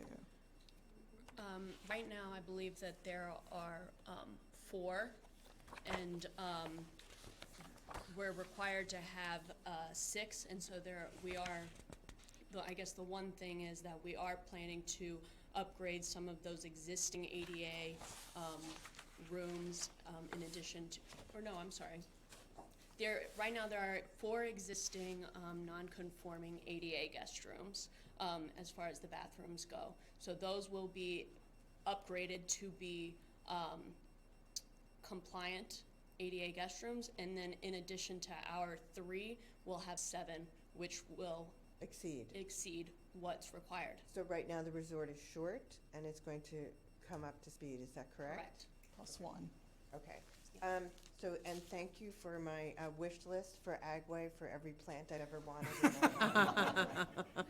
I appreciate that, and I cannot afford the list, but I'll work on it. What is Wauquasit town water or well? It's gonna be town water, I would think. That's a good question. I'll answer that question. So, yeah, it is on town water. They do also have a well for the irrigation system, domestic supply. So they do have town water, but they do have the irrigation system for their. So you water these lovely, all these plantings with your own well, is that correct? Yeah, I believe that's the case. Yes, they do the drip irrigation for the shrubs. You were all green last year when I was all brown, so that's the well water, is that correct? That's correct. Okay, all right, thank you. And then just an out-of-the-blue question, because, that's where we are right now. What would it cost to stay in one of these rooms when they're done, Alton? That I can't help you with, but I'll. But Alton might. A lot. Alton Chun, for the record, with Wauquasit Resort. Your question was the rate, the cost of the We've rooms? spent most of the evening on ADUs, so I feel Yes. required to my constituents to ask that question. Well, in the summer, it's our premium season, so the rooms will start typically at over $1,000 a night. But I'm happy to say we are open right now, which is the first year we've opened early, and right now it's quite affordable. You can stay at the hotel for, about $400 a night in one of our beautiful rooms. We'll be calling you any moment, Yes, Alton. please do. And please let the board know that Alton volunteered at the food pantry all during the pandemic, and kudos to him. And he really does a great job moving frozen chicken. Yes, thank you, Ann. Thank you for that question. Thank you. Harry. Thank you so much, Harry. Mr. Chairman, I have an out-of-the-blue question to start off with also. Can we assume that the fact that you're appearing here in Harwich Town Hall will put to rest forever the Wauquasit claim that they're in Chatham?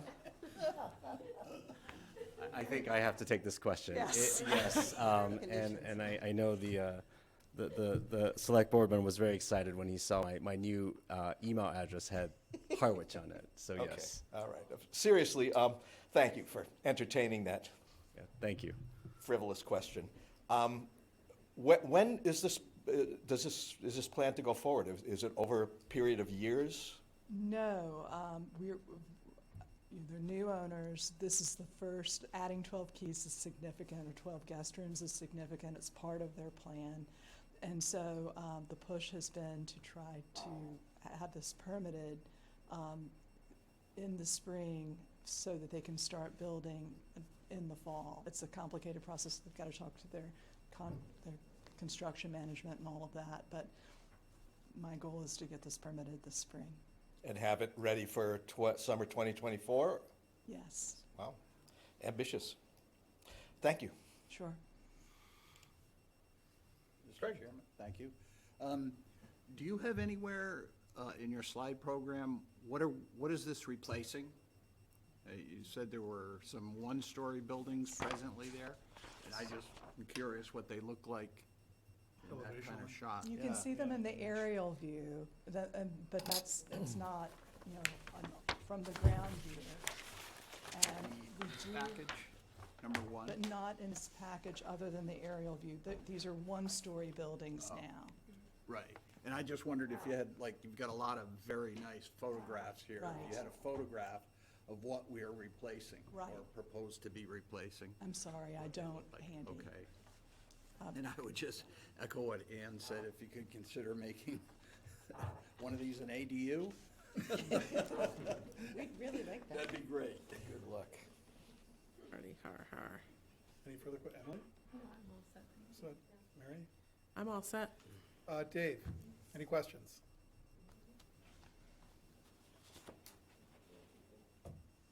No, Thank you. I have to hesitate because my phone actually mutes on its own, and every time you ask me if I have anything to say, I have to unmute, and there's a little delay, so I'm sorry about that. No problem. We're just thrilled to have you, Dave. I don't have any questions. I think it's an amazingly thoughtful and comprehensive plan. The detail and granularity is, impressive. I think it's time to open it up to the public. Look forward to hearing from anybody. Please address the podium, name and address, and go forward.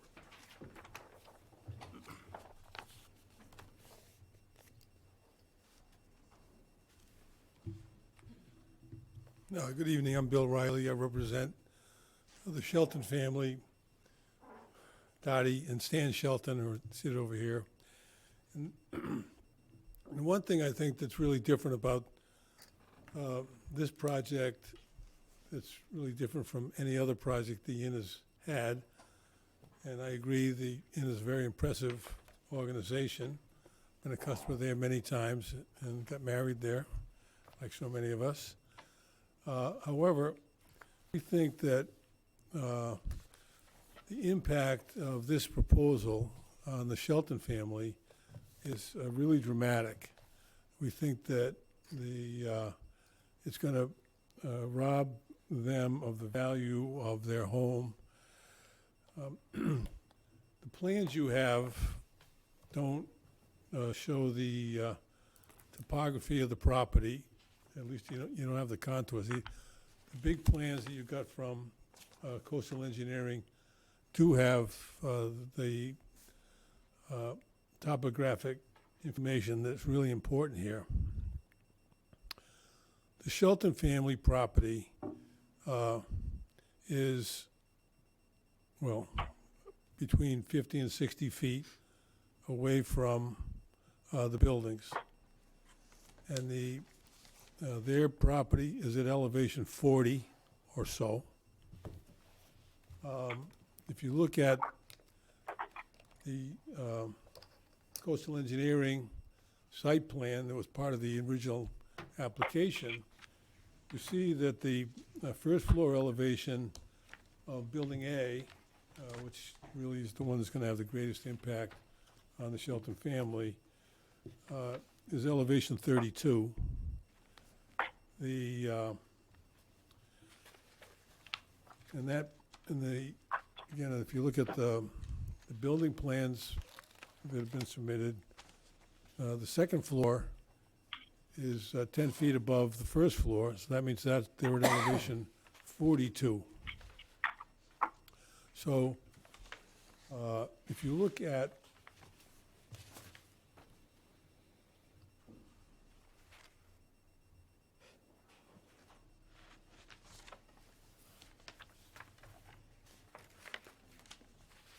this picture, so what this picture shows is the water-facing side of the building. The rear-facing side of the building is identical. And so between 50 and 60 feet away from the Shelton property are going to be 4 decks and a lot of plate glass windows. It's going to have a lot of light. People are going to be there having vacations, which we hope they have a lot of fun, but they'll be out on the deck, all 4 of the decks. They're not necessarily early to bed, early to rise. They're on vacation. We don't blame them for that. But the impact of this is going to be, these windows, these second floor windows are going to be at the same level as the Shelton's backyard. So if you're staying in that unit and you're standing on the deck, your head is actually 5 or 6 feet above the Shelton's property. And Dave Hawk does a great job screening things, but you really can't screen out conversation. And one of the things that Dottie Shelton keeps mentioning is you can't screen out cigar smoke either. I don't know that many people smoke cigars over there, but the impact of the second level of these buildings on the Shelton property is really devastating to them.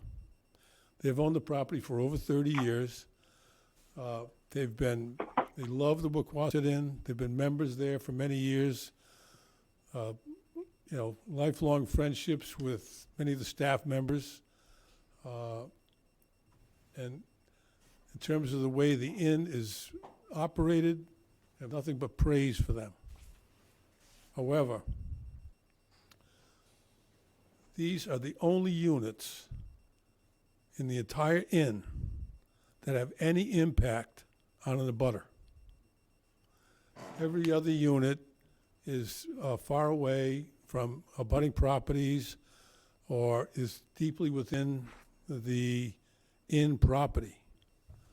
But so the second floors of these 2 buildings is really going to have a dramatic and very unfortunate effect on the peace and tranquility that the Shelton family has had for many years. And so, in terms of your criteria, what's the impact on the neighborhood? Well, where's the neighborhood here? The only neighborhood is the Shelton family. And the impact here is it's difficult to overstate it.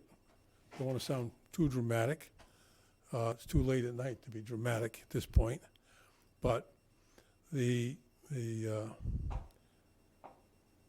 don't think there's any way that the inn, even using the best designers that they have, can mitigate the impact of the second level is going to have on the Shelton property. And I think it's my request to you would be for you to go to the site. I don't know if how many have been to the site, but not to the inside but to the Shelton side of the property line. Happy to, invite you all, come whenever's convenient for you. They have a driveway with a sort of a large parking area on their property. Happy to have you come there, walk over to, they have a little patio, which is actually a little bit on the Wequassett property. courtesy of the prior owners. And you can look down and see the buildings A and B. They have stakes in the ground where the corners of the new buildings are going to be, so you can see, the proximity. Then you have to use not too much imagination to what it's going to be like when there's a second story, so that if you're standing there, you're right at eye level with the people standing on those decks. And and there's nobody's really doing anything wrong here, except, you're charged with, taking care of butters in a situation like this. And I think that, you really have to go out and look at the property to understand this impact. As Dave indicated, they're going to be on a lower level. There are going to be 4 fire pits. There are going to be 4 spas, hot tubs for people to luxuriate in. In addition to the 4 decks that are right at eye level. And I think that, the loss of privacy and the enjoyment of their property, is really significant. But I don't think the plans that have been presented today, unless you go back and look through the coastal engineering plans that show the topography of the property, that you can really appreciate the impact. And again, I would invite you, whether we organize it through Paul or just any individual wants to come out there, to come look at the site and understand this impact. So we have 4 decks right at eye level. No other units are adjacent to or could create any sort of problem with an abutting property. Every other property in there, like you said, 4 Cove Landing, that's owned by the inn. And the inn property goes around the Shelton property and goes along Route 28. On the north side of the property, the inn has a vacant lot that they use for various things before there's an abutter, the Coppage home. So again, with all due respect to the manner in which the inn has been run, the benefits that it's brought to the town, I think it's really important for the members of this board to go out and understand the impact on these folks who've lived there for over 30 years, who have loved it. For them, it's generational. They have a son and a daughter. They have a grandchild. The idea was this is forever for them. And until this happened, until this proposal came forward, they have nothing but praise for the inn and the way it's managed.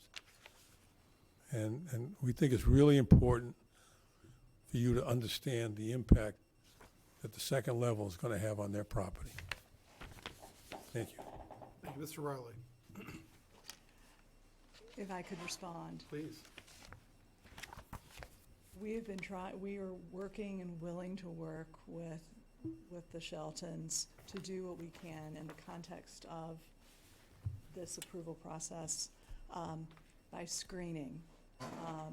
If the screening needs to be augmented, if there need to be 18-foot tall trees, Round Cove is committed to doing that.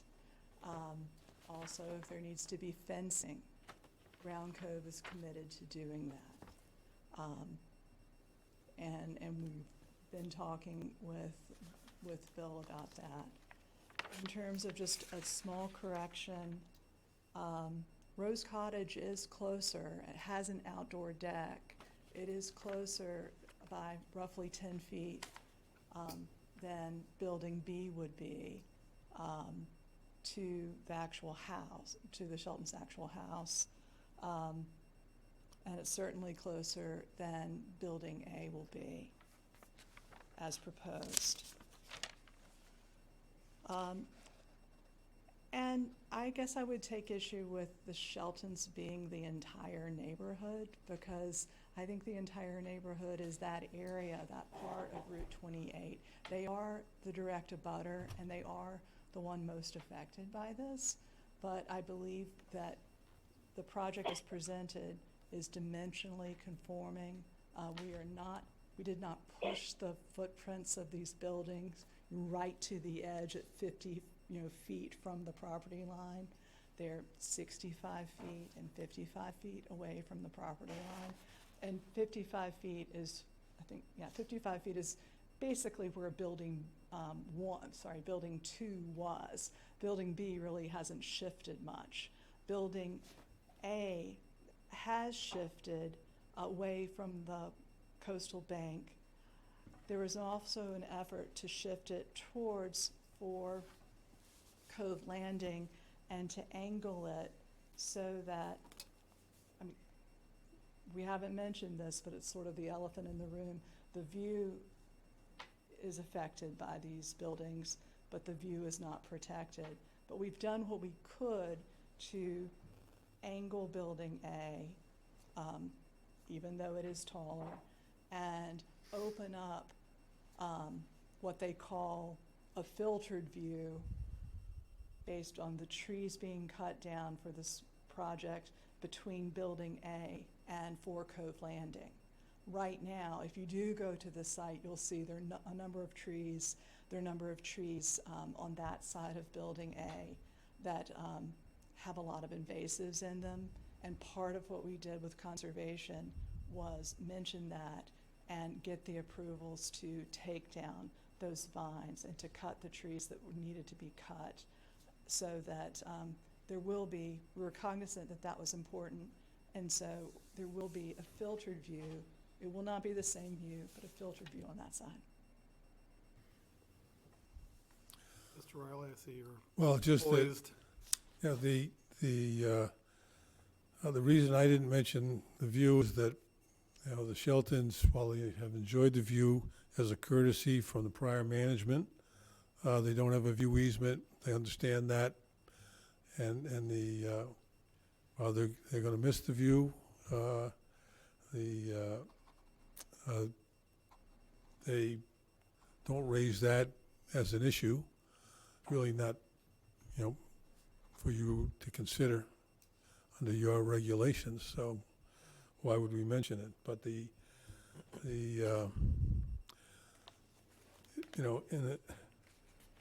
the Rose Cottage, it might be closer, but I'm pretty sure the windows and the lights aren't as high or as bright as these new buildings are going to be. And that's what our concern is, A and B. Good luck with K, and again, I think before you can make a decision on whether or not, they comply with your regulations regarding impact on the neighborhood. And I think it's great that they think the neighborhood's across Route 28, but the reality is, we're the neighborhood, and we're suffering a significant financial loss as a result of these changes. But the even greater loss is the personal enjoyment that the Sheltons have had for over 30 years at that location. Thank you. Any other comments from the public at this point? Would it help the board to hear a bit about how Quasit handles noise complaints on site? If that would help, Alton is happy to address that issue. I don't think that's an issue at this point now. Okay. The Is it point any being, concerns here? I'm just gonna ask the question, because it's the elephant in the room. Is it worth having a conversation with the Sheltons on additional screening before we go forward?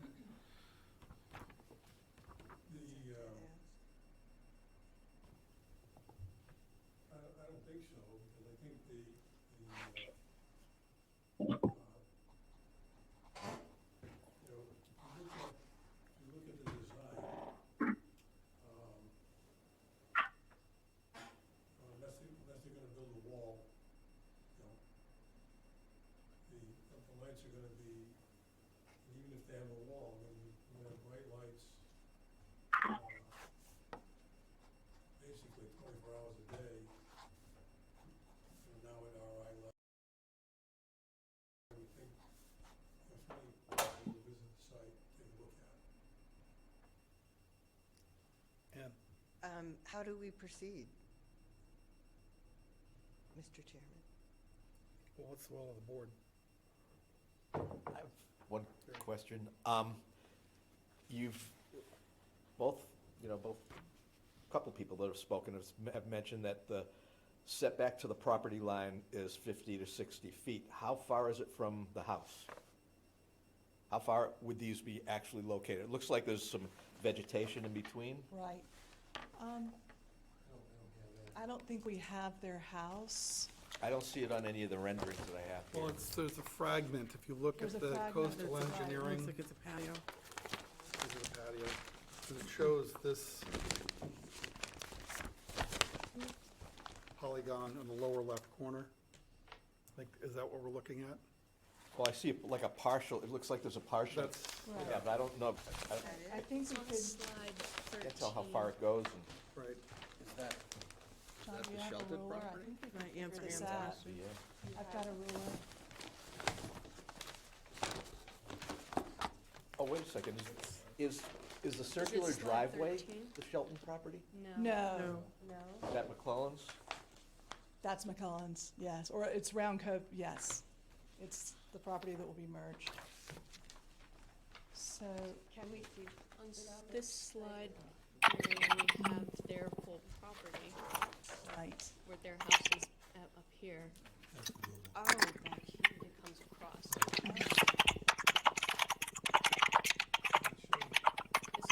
Here, back here. oh, I'm so sorry.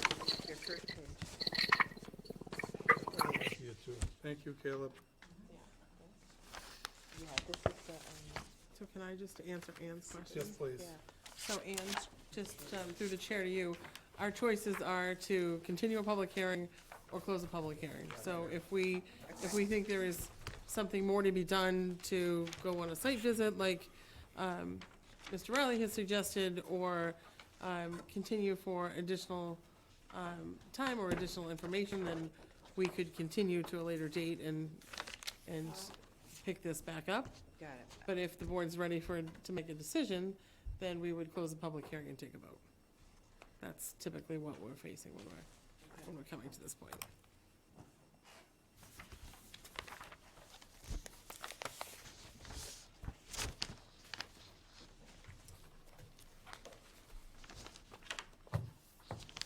Yes, Craig, sorry. Chairman, thank you. My preference would be to, I've not been down there, so I would think it'd be helpful for me to take a look at the property and the proposed changes. Are the existing structures gone? Demo? No, the They're still existing there. structures Okay, are so there. I asked about the photo. I don't need to see a photo if I can go down there and see No. it in real life. And- The other thing I wondered, is there anything that the landscape architect can address regarding the issues raised by Mr. Riley about the height of the second floor and how you look into the Shelton's property and so forth? I can address that, actually. The inn has very graciously had Dave Hawk meet with the Sheltons on the property to talk about screening. And and they've made other offers to help alleviate these concerns. And as much as we love Dave Hawk, everybody loves Hawk. You know, he went to OSU, Ohio State University, proud alum. We think that unless we're completely walled off, which of course we don't want, the change, because these elements are going to be right at the same level as their rear yard.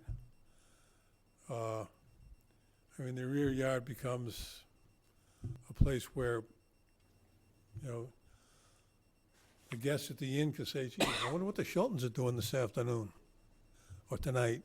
You know, and it's very disturbing to them to have that level of intrusion after all the years, you know, that they've enjoyed. And again, they're the only abutters that are affected by any of the units at the inn. Thank you. Thank you, Mr. Hawk.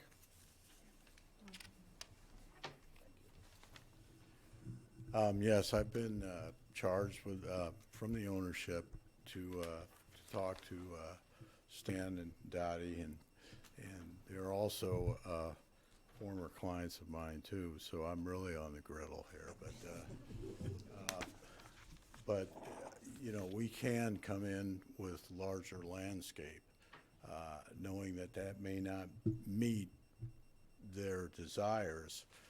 We have the ability to come in with larger evergreens, and they would be evergreens, understanding the thought about being walled off. But the ownership has charged me with the ability to do so if requested. Thank you. That specifically answers the question, and that's what I was wondering, if larger trees could satisfy the issues that have been raised. And it sounds like they could, but that's, what's been discussed so far is not acceptable to the abutters. We really haven't gotten to a point where we've talked about plans, so. All the more reason for a continuance. So, but we know we have that ability from the ownership. Thank you. That's an interesting point, and considering that we could all probably benefit from a look-see, perhaps the best point of action, plan of action at this point would be to continue, make arrangements to visit and to reconvene, what is it, on the 28th? Mr. Chairman? Yep. I have a request.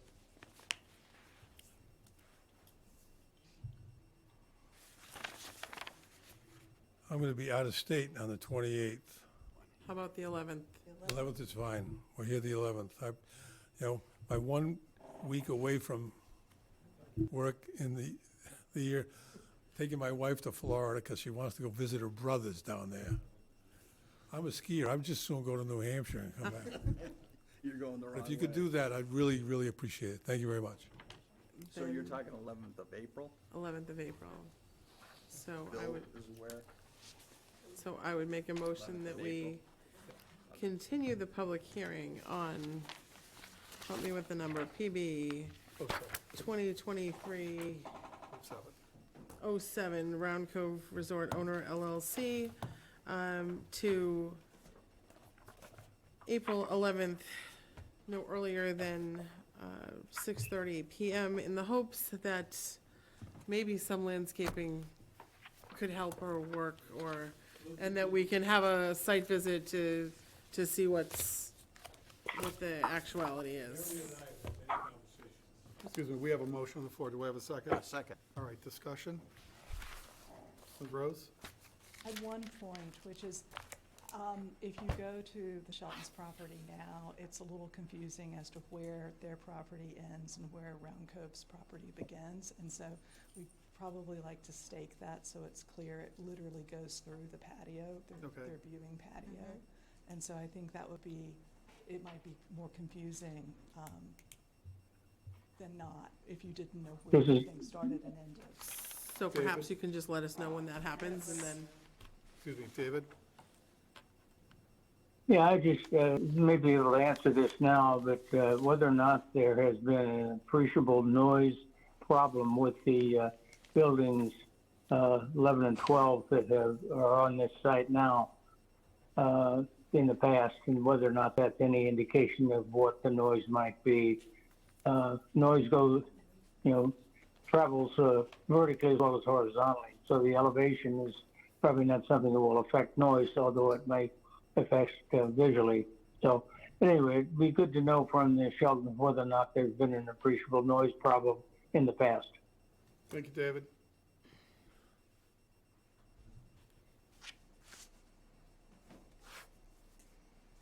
Introduce yourself. I'm Dottie Shelton, 2 Cove Landing Road.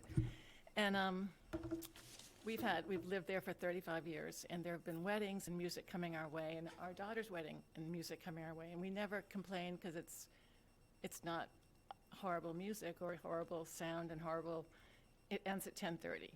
There are people at Rose Cottage who sit in their back patio, which is right off our deck, and they're on the cell phone at 6 in the morning doing business, or they're on their so that is very close, as you say, to our deck.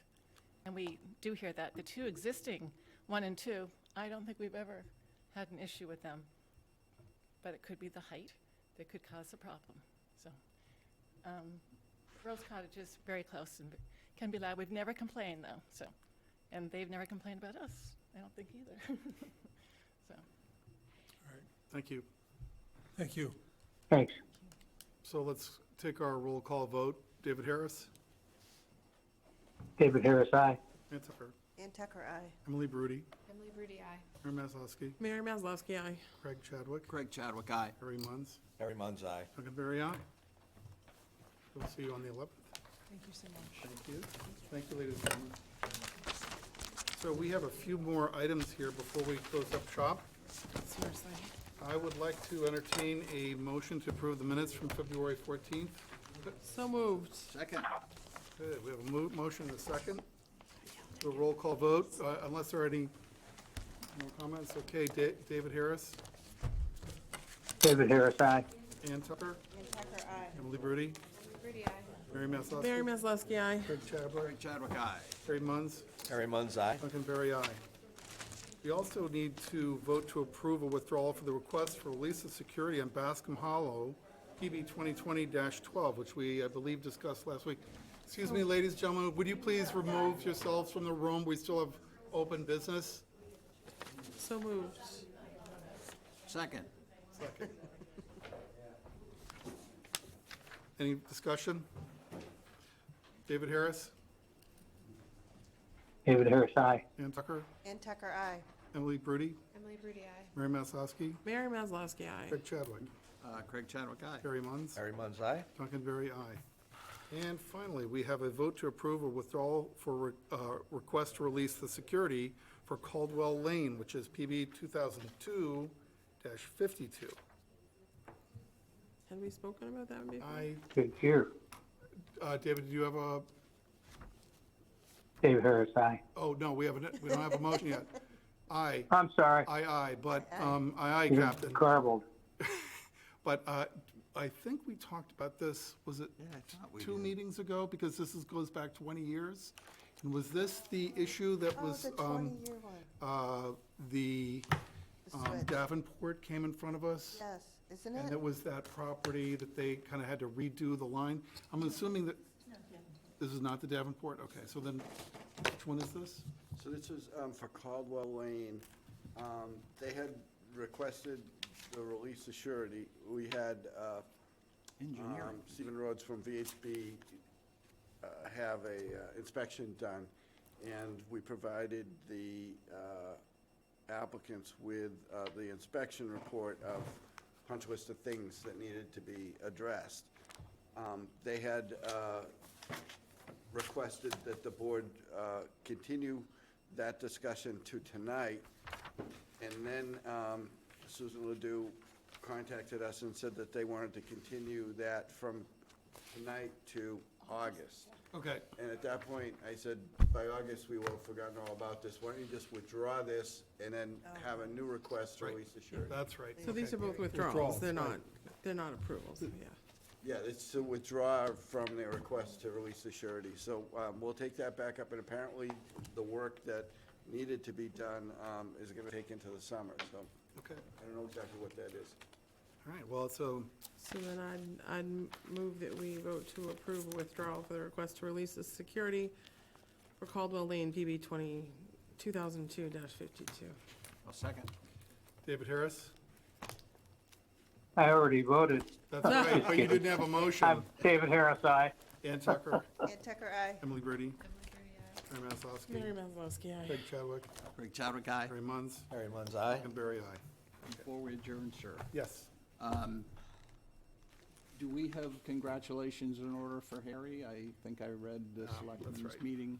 So I didn't get anything official, and I was wondering whether they were scheduled to vote on Monday night, but I didn't get anything official, so I don't know if that's taking place, but you read that it had taken place? I thought I saw that in your approvals on their agenda. I think they did mention it as well. Well, if it's not congratulations now, it's congratulations. So maybe you are and maybe you aren't. We'll make a continuation for our congratulations, if that's okay. We'll congratulate you. I'll second. If we go Paul to keeps 10 trying to o'clock at withhold night. it from me, though. He's giving me, sent me a memorandum saying that, I don't know, I haven't been able to get through all of it, but it has something to do with, I think actually, Duncan, it's up to you. Oh, I said right ahead. I mean, go green light it the whole way through. Because my interpretation here says, a city or town which establishes the position of associate. First of all, I think I was alternate member, not associate. Same thing. But if the state's calling it associate, then that's what it is, and the town's calling it alternate, and that may not be correct. The chairman of the planning board may designate an associate member to sit on the board for the purpose of acting as a special permit, on a special permit application, blah, blah, blah. Right. So it sounds But I've already recommended to the board that we get you Okay. as a regular member. All right, well, I think they did pass. So we think the selectmen may live to voted- regret we'll that, but verify thank that. you. I think Beg it pardon, was Paul? approved. I think the selectmen voted that, but we'll verify. They were scheduled to address it this week. But I was nervous because I think he voted on the subdivision thing, and that was outside the bounds of, anyways. Right.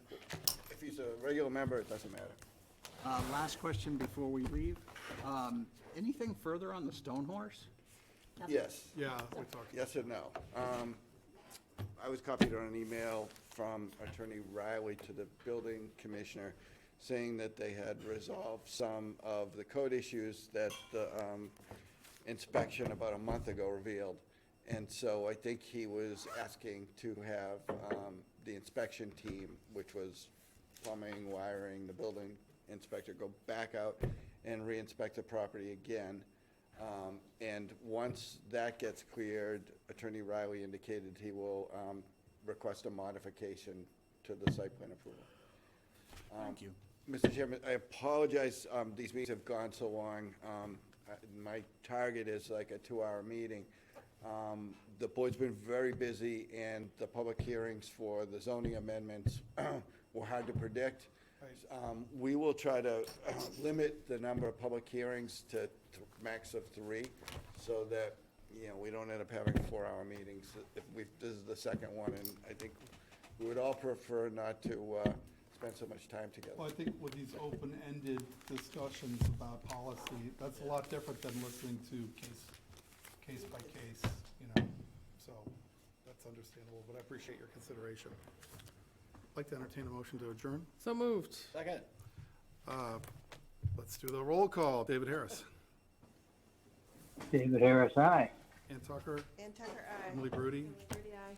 Mary Maslowski. Mary Maslowski, aye. Craig Chadwick. Craig Chadwick, aye. Harry Munns. Tomorrow, I'll give you a few minutes. Harry Munns, aye. Duncan Berry, aye. Thank you.